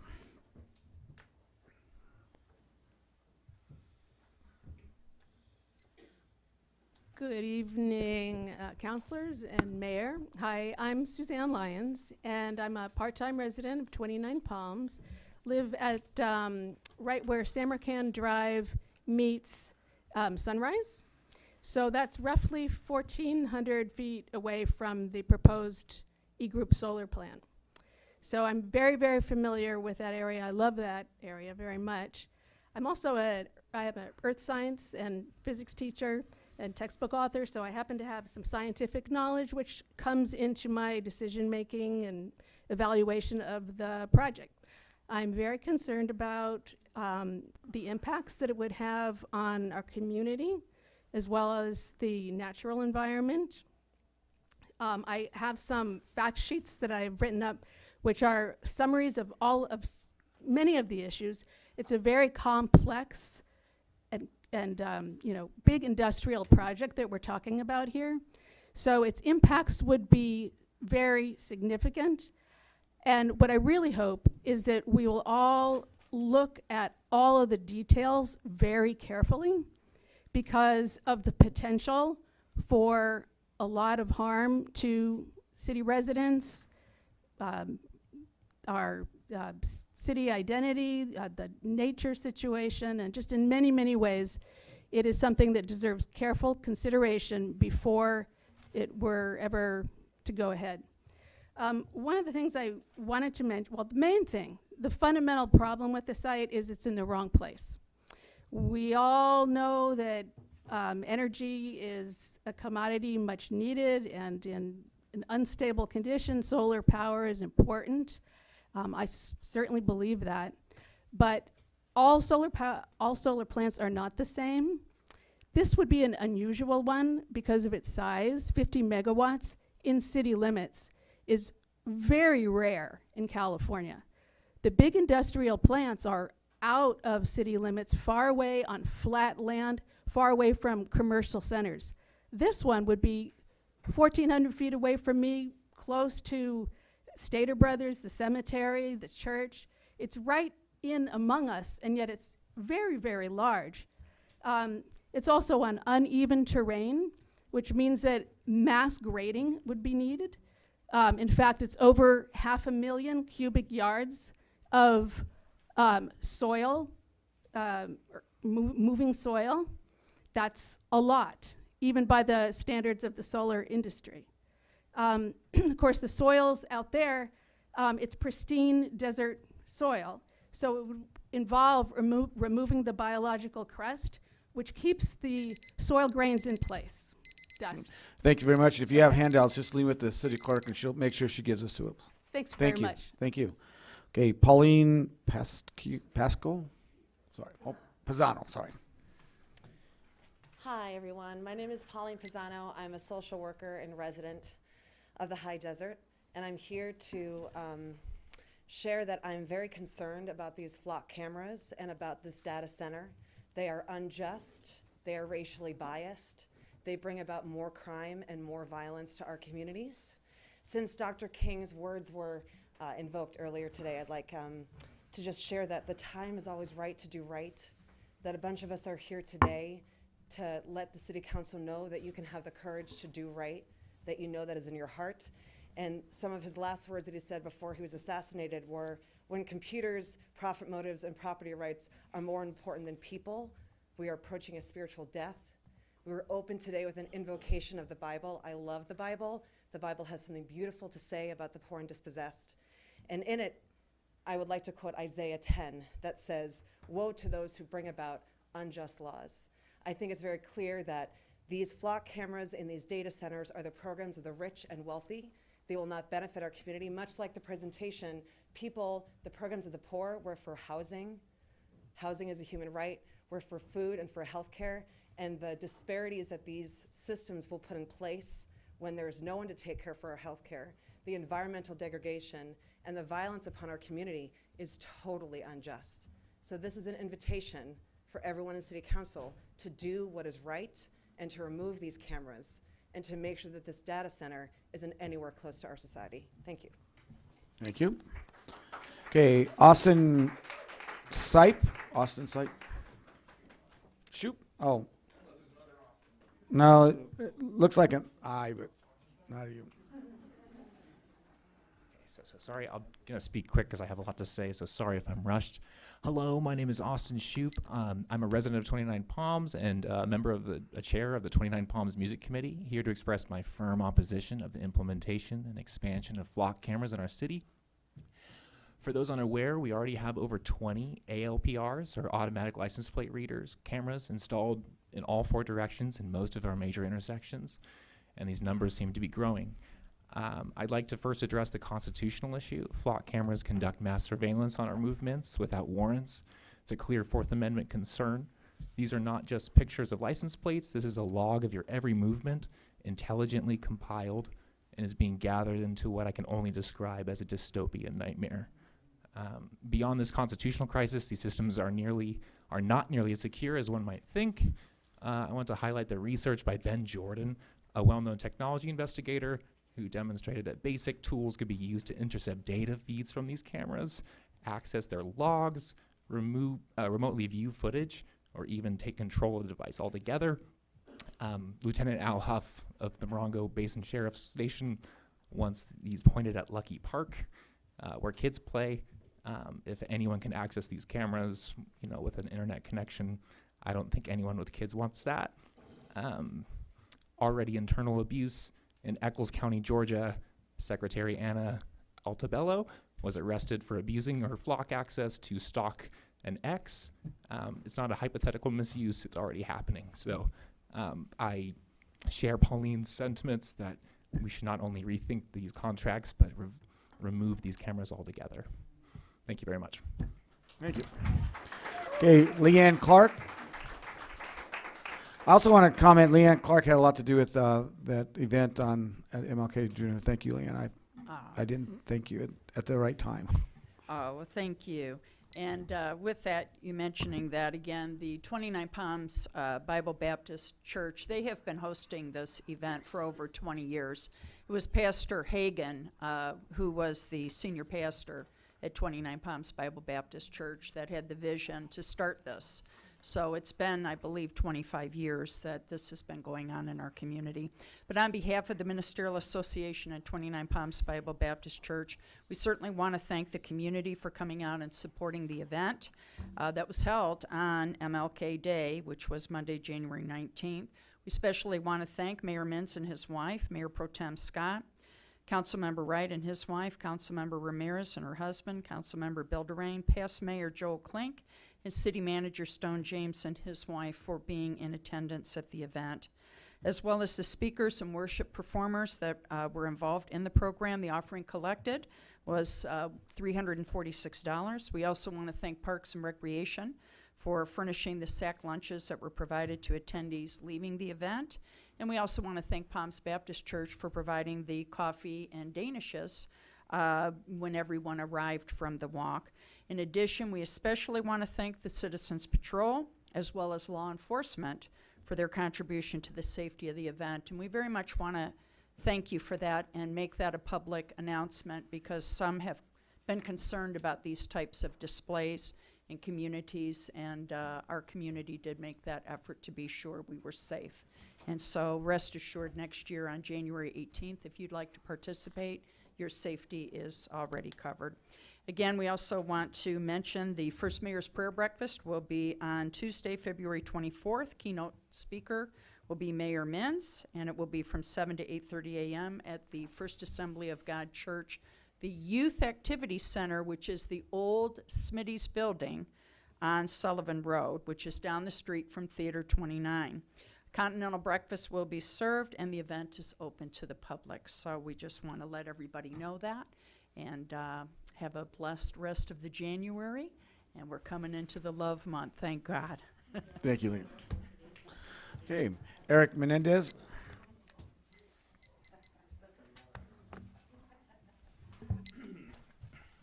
Hello, Eric Menendez.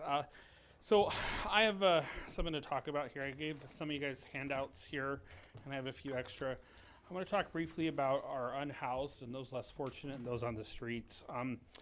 As you know, I served for a little more than a year on the Community Health Center Clinic Board of the Healthcare District, and I'm glad that they started going to the Homeless Steering Committee meetings that we go to, as they address a lot of, as there's a lot of societal problems here with the unhoused. One of the issues that in our working groups with the unhoused, what we're noticing is a lot of them report having trouble getting from point A to point B. They're getting left behind at bus stops. You know, they're unsheltered, so forth. I was actually on my way to a healthcare district meeting, and I happened to notice the bus driver tell a man in front of the Taco Bell, "You can't get on." I took this to, I got off the bus, sat with him, tried to get the Sheriff's Department Hope team involved. They couldn't come. So we were out for, you know, the man had been out there the whole day. I'd seen him. And I waited another hour, and then the next bus came on. We tried to get him onto the bus at that point, but by that point he'd been out all day. He got dizzy, fell. We had to invoke EMS. And one of the things I'm looking into this is we're looking at a cost analysis of this, because this gentleman, I actually have a program I've been working on. Councilwoman Ramirez, I've talked to you about this 2 years ago or a year and a half ago before I had my illness a year ago. And it's kind of a street navigation, similar to kind of what Wellness Equity Alliance is doing up here and so forth. But it's a way to kind of help solve this problem. But it's a group of people and providers. I had placement for him, but I just couldn't get the hospital to give us the necessary transfer stuff. I want to thank the town of Yucca Valley. They got very involved, the senior center, Adult Protective Services. We had a lot of people working to get this man off the street, but over the course of 3 days, he was in and out of the hospital 3 different times, 3 different EMS responses. And when you add it all up, this cost $30,000 to $40,000 of public funds that IHB had to pay. So feel free to review it. I can't really cover it all in 3 minutes. You know, but we are working on this. This is not just me, it's a group of providers. I would love to engage this, the city of 29 Palms, because I think there's a lot of interest here in trying to do the right thing to help those less fortunate. Thank you. Thank you. Jess Drake.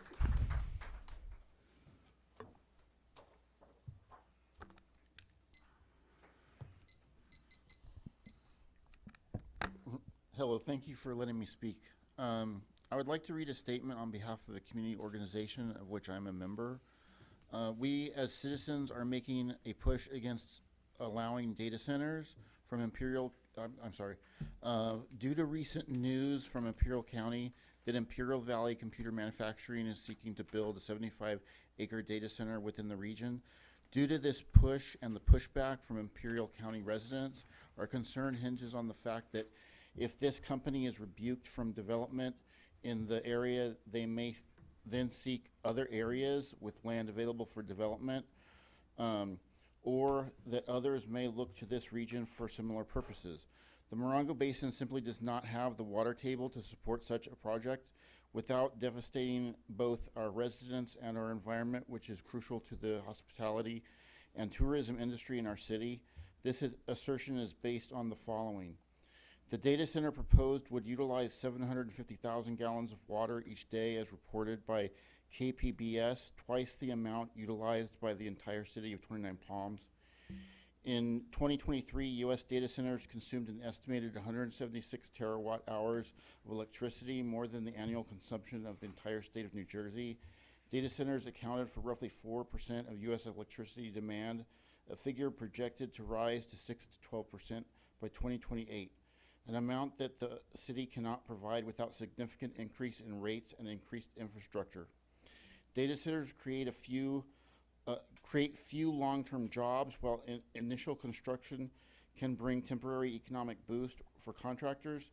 There is no assurance that local contractor teams would be utilized due to the volume of these projects. After construction, these centers require very few staff to maintain, providing almost no economic benefit to residents and creating only approximately 24 jobs per center, most of which require specialized knowledge in tech that most residents do not possess, meaning that these jobs would be unlikely to go to locals.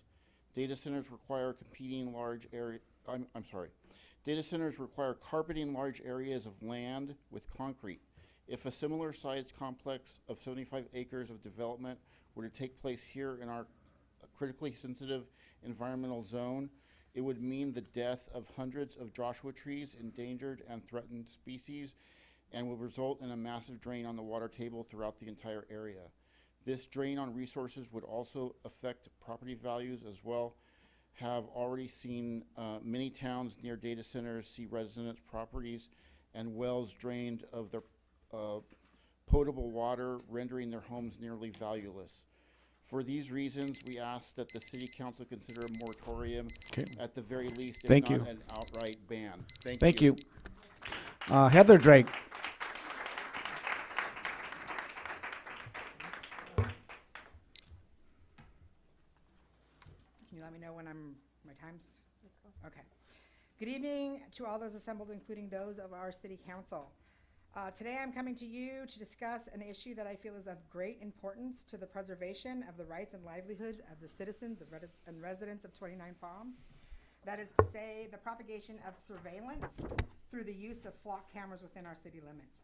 As city residents are coming together to request that a recent contract with flock requested by the San Bernardino County Sheriff's Department be reviewed to account for the possible Fourth Amendment violations that these cameras may pose to be thoroughly considered. We are seeking review of the contract that the city has with flock and San Bernardino County Sheriff's Department. Late last year, you guys approved a request from the San Bernardino County Sheriff's Department to install flock cameras systems along Utah, Adobe, and other areas within the city. We as citizens have concerns as to whether the city council properly researched concerns into these cameras, representing possible Fourth Amendment violations under current legal precedents set by the Virginia Federal District Court and U.S. Supreme Court.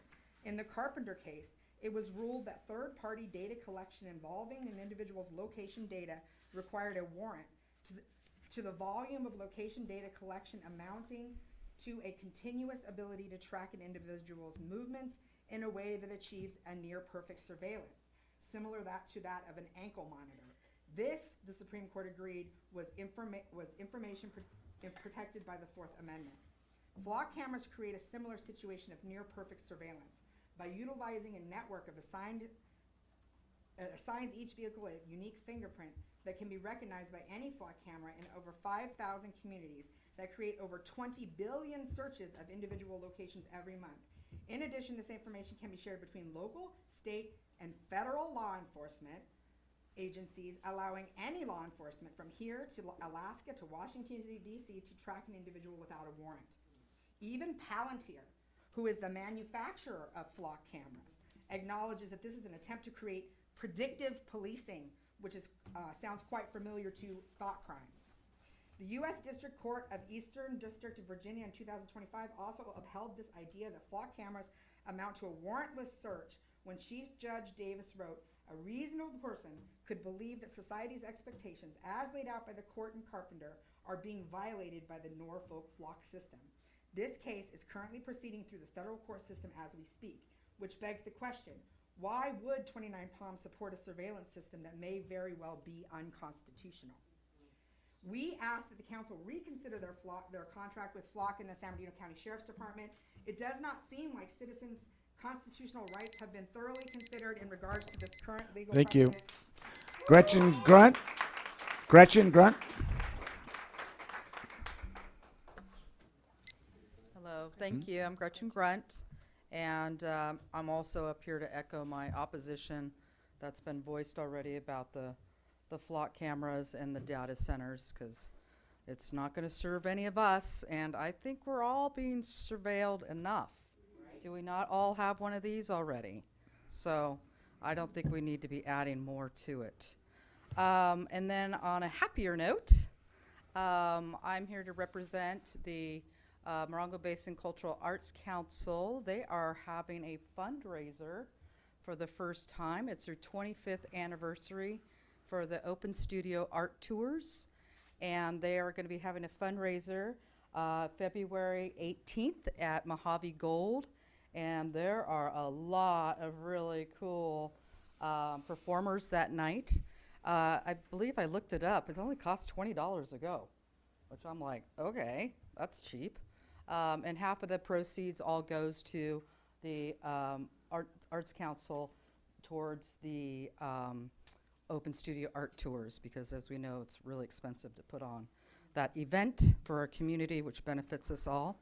And then also in regards to Palms and Paws, Pat's still here? No. My neighbors are doing a fundraiser for the Paws and Palms on February 20th, a Friday, just 2 days after this. So everybody get lots of sleep before February comes, because lots happening. And it's being held at the Orem Booth property up on Baseline next to the auto wrecking yards. It's a really amazing piece of property that Karen and Dustin Otterbach live on and have been bringing back to life since Orem Booth left that property many years ago, where iron ore was processed and such. But that's all a fundraiser for the Palms and Paws, where it's called Particle Kid, right? Is that what it said? I'm not really sure what the event is. I just got tickets to support it, and it sounds like it's a lot of fun. So it's a performer doing Particle Kid, and there's going to be lots of good food and stuff. So sounds like fun. Thank you very much. You guys Thank are you. awesome. Okay, we have Diana Rosendahl.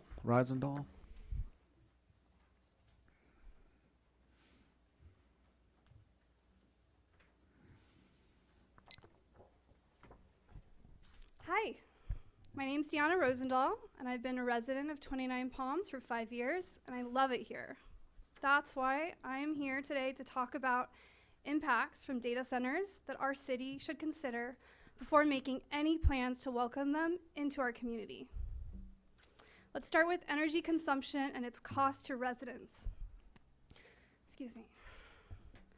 A data center in 29 could strain our already strained energy grid, leading to a much greater risk of blackouts, as well as higher costs for utility customers.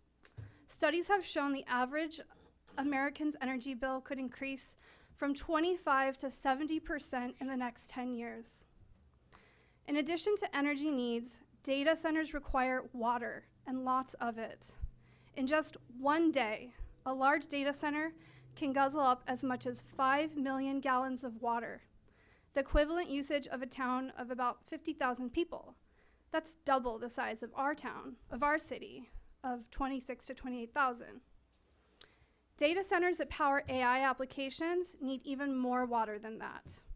In some states, developers want to tap into the groundwater for their cooling systems. We live in the desert, and water here is extremely limited and a precious resource. Communities across the country that have data centers are complaining also that they're noisy and unsightly. And someone else mentioned property value earlier, and I hadn't even thought about that, but it's so true. They're also not great employers. Though construction workers are needed to build them, once a data center is up and running, it's only going to need about a dozen or so people to operate it.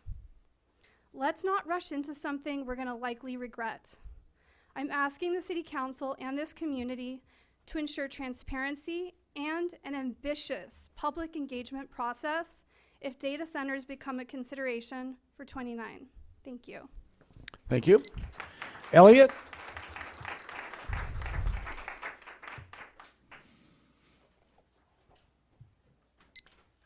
Good evening.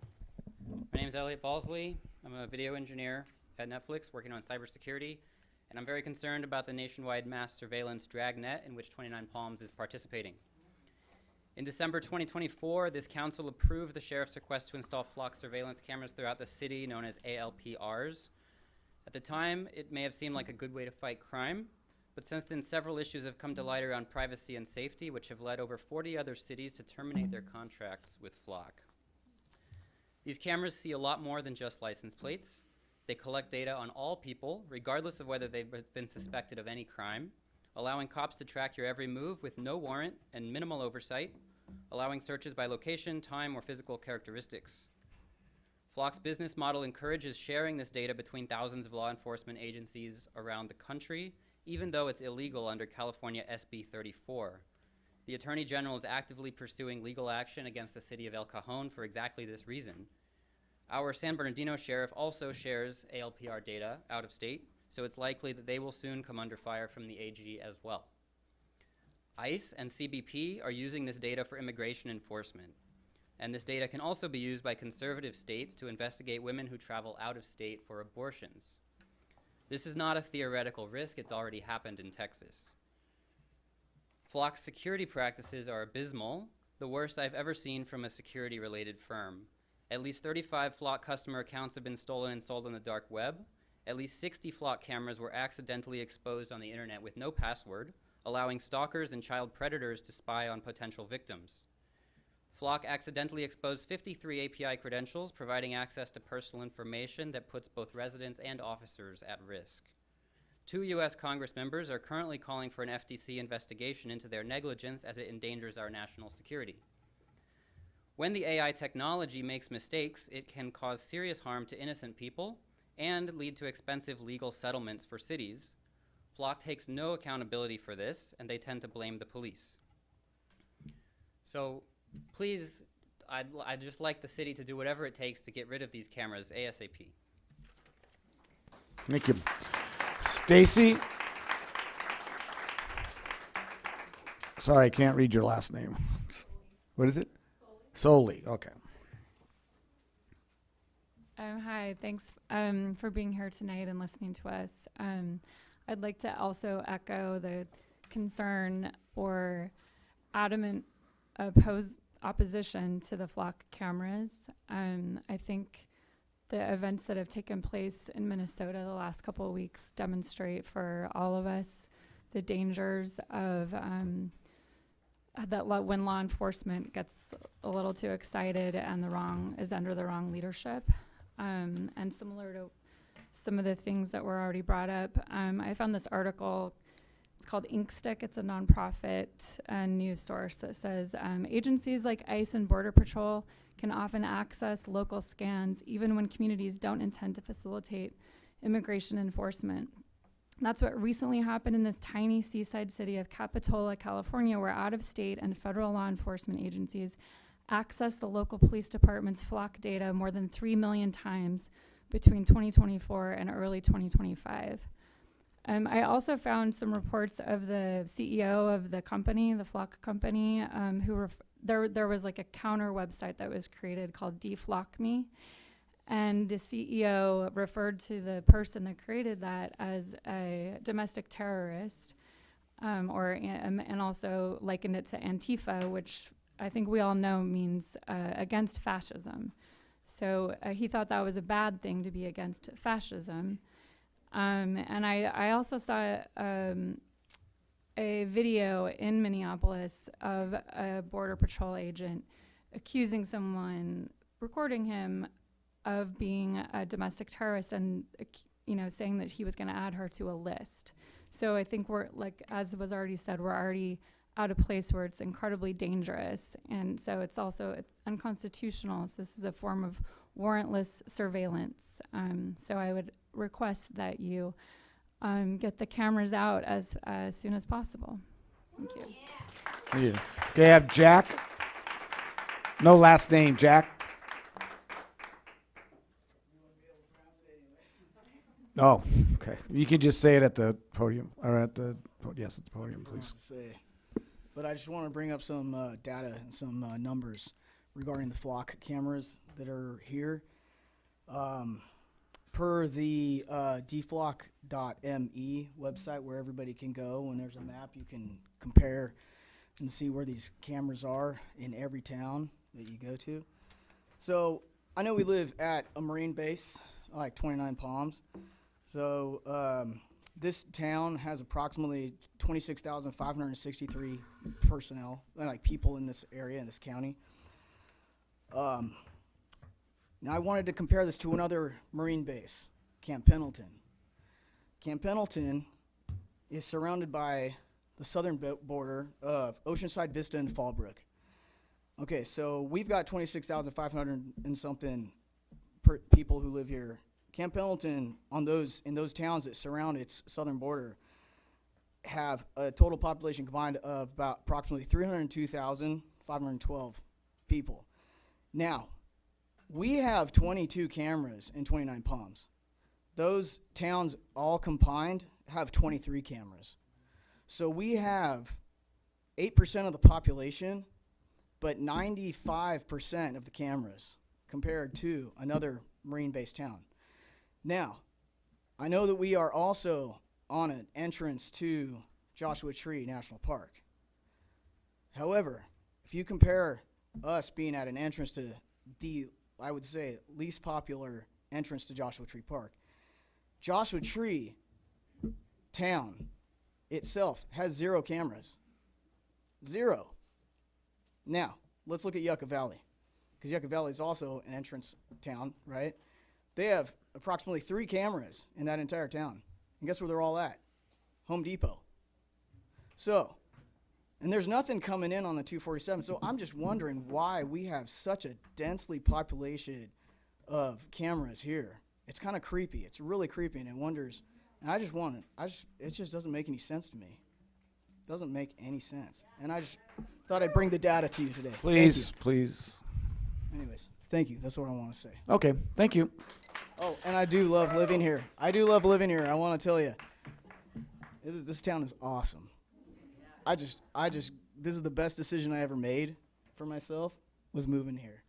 All right, so thank you. I just want you to know I'm very happy. Okay, we have the city manager's update.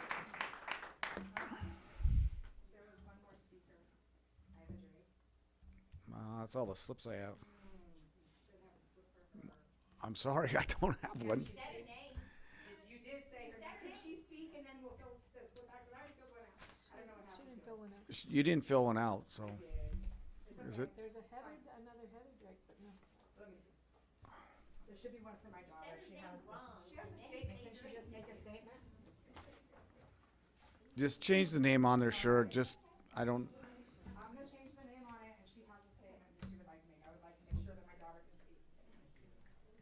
Future generations. Hello, my name is Iva Drake. I'm a resident of 29 Palms. I have a short comment I would like to share tonight. I come to you tonight in the hopes that the City Council, much like many of us, were not fully aware of the extent of surveillance and the uses of such systems as flock by certain entities within our current federal government back in 2024-2025 when this contract was signed, and that you will, in good faith, revisit the contract with the new unsettling knowledge and come to a decision that protects the citizens of 29 Palms from government overreach and the possible violations of the constitutional rights. Thank you for your careful consideration. Thank you. Okay, city manager's update. Thank you, Mayor. I've got a couple of items to speak about this evening. I'll keep them brief. One of the things that the council was interested in was receiving an update on the Sullivan Hatch bike path. And so currently the Sullivan Hatch bike path, in terms of the plans, conceptual plans are at about 10%, and they are working on the geometric layout of the path. They're also working on legal descriptions and the necessary plat maps in order to put that path in. The next steps will include the design phase, and that's ultimately going to take the plans from 10%, take it up to 30%, 60%, 90%, and then ultimately the 100% plans. They anticipate that accomplishing here in the coming months, so that will be a great addition to the community once we get done with the planning side of it. Also, in terms of the downtown package treatment plant, so that is going to be, I think, a huge advancement for our community. As you know, there is a septic system down there that supports, I want to say, about 15 businesses, to include some restaurants, along with what we hope will be a future hotel and the Freedom Plaza. As a part of that project, the city had received an EDA grant in order to create a package treatment system, and that is going to be a much more robust system than a large septic tank, 7,500 gallon septic tank. And so that is substantially complete, and we are thinking that maybe by the end of March that package treatment plant will be operational. So that's going to require a lot of things, one of which is having our staff trained up on something called FOG. So that's going to be fats, oils, and grease. One of the things about the package treatment plant is the fact that it is it's great for the environment, very good for the environment, but it's also a sensitive or delicate system. And we're going to need to make sure that the restaurants, the FSEs, the food service establishments, are not putting grease into the septic lines or into the sewer lines that would ultimately go into the package treatment plants. And so that is going to be really vital to make sure as a city that the wastewater that's going into the sewers does not include FOG. That's why they have grease traps on those restaurants. And so ultimately staff is going to be working on an ordinance, and the goal is to bring this FOG ordinance to the city council. We're shooting for the end of February. That's going to establish the regulations and the protocols to ensure that all of the businesses that go into that package treatment plant are making sure that the correct materials are entering those sewer lines and not the fats, oils, and grease. And so that we're excited about that. And got another update. One of the things that the council had asked about was Flock, and specifically, does Flock share data with ICE or federal agencies? So our staff had got some communication from Flock, and I can read just a quick sentence. This is from Flock, and it says, Flock does not have a contract with U.S. Immigration and Customs or any sub-agencies of the Department of Homeland Security. Flock does not share customer data with any federal agency without a local customer's explicit choice and control. And so I would imagine there could be a situation if there is, let's say, a serious crime. I don't know that ICE would be investigating that crime. That would probably continue to fall under this jurisdiction of the Sheriff's Department. And then one other thing, too, I have been keeping a loose eye on a case that was mentioned earlier, and that was Schmidt versus the City of Norfolk. And that was in regards to what is the legality. Is this an infringement on the Fourth Amendment? This is going to require a little bit more investigation, but I believe a court decision came down today that said that that is not an infringement on the Fourth Amendment rights. So I need to do a little bit more research on that, but I believe that was delivered today. And that is all that I have to report. Thank you. Thank you. All right. Does anybody have any questions for the city manager? Seeing none, we are in adjournment. Thank you all.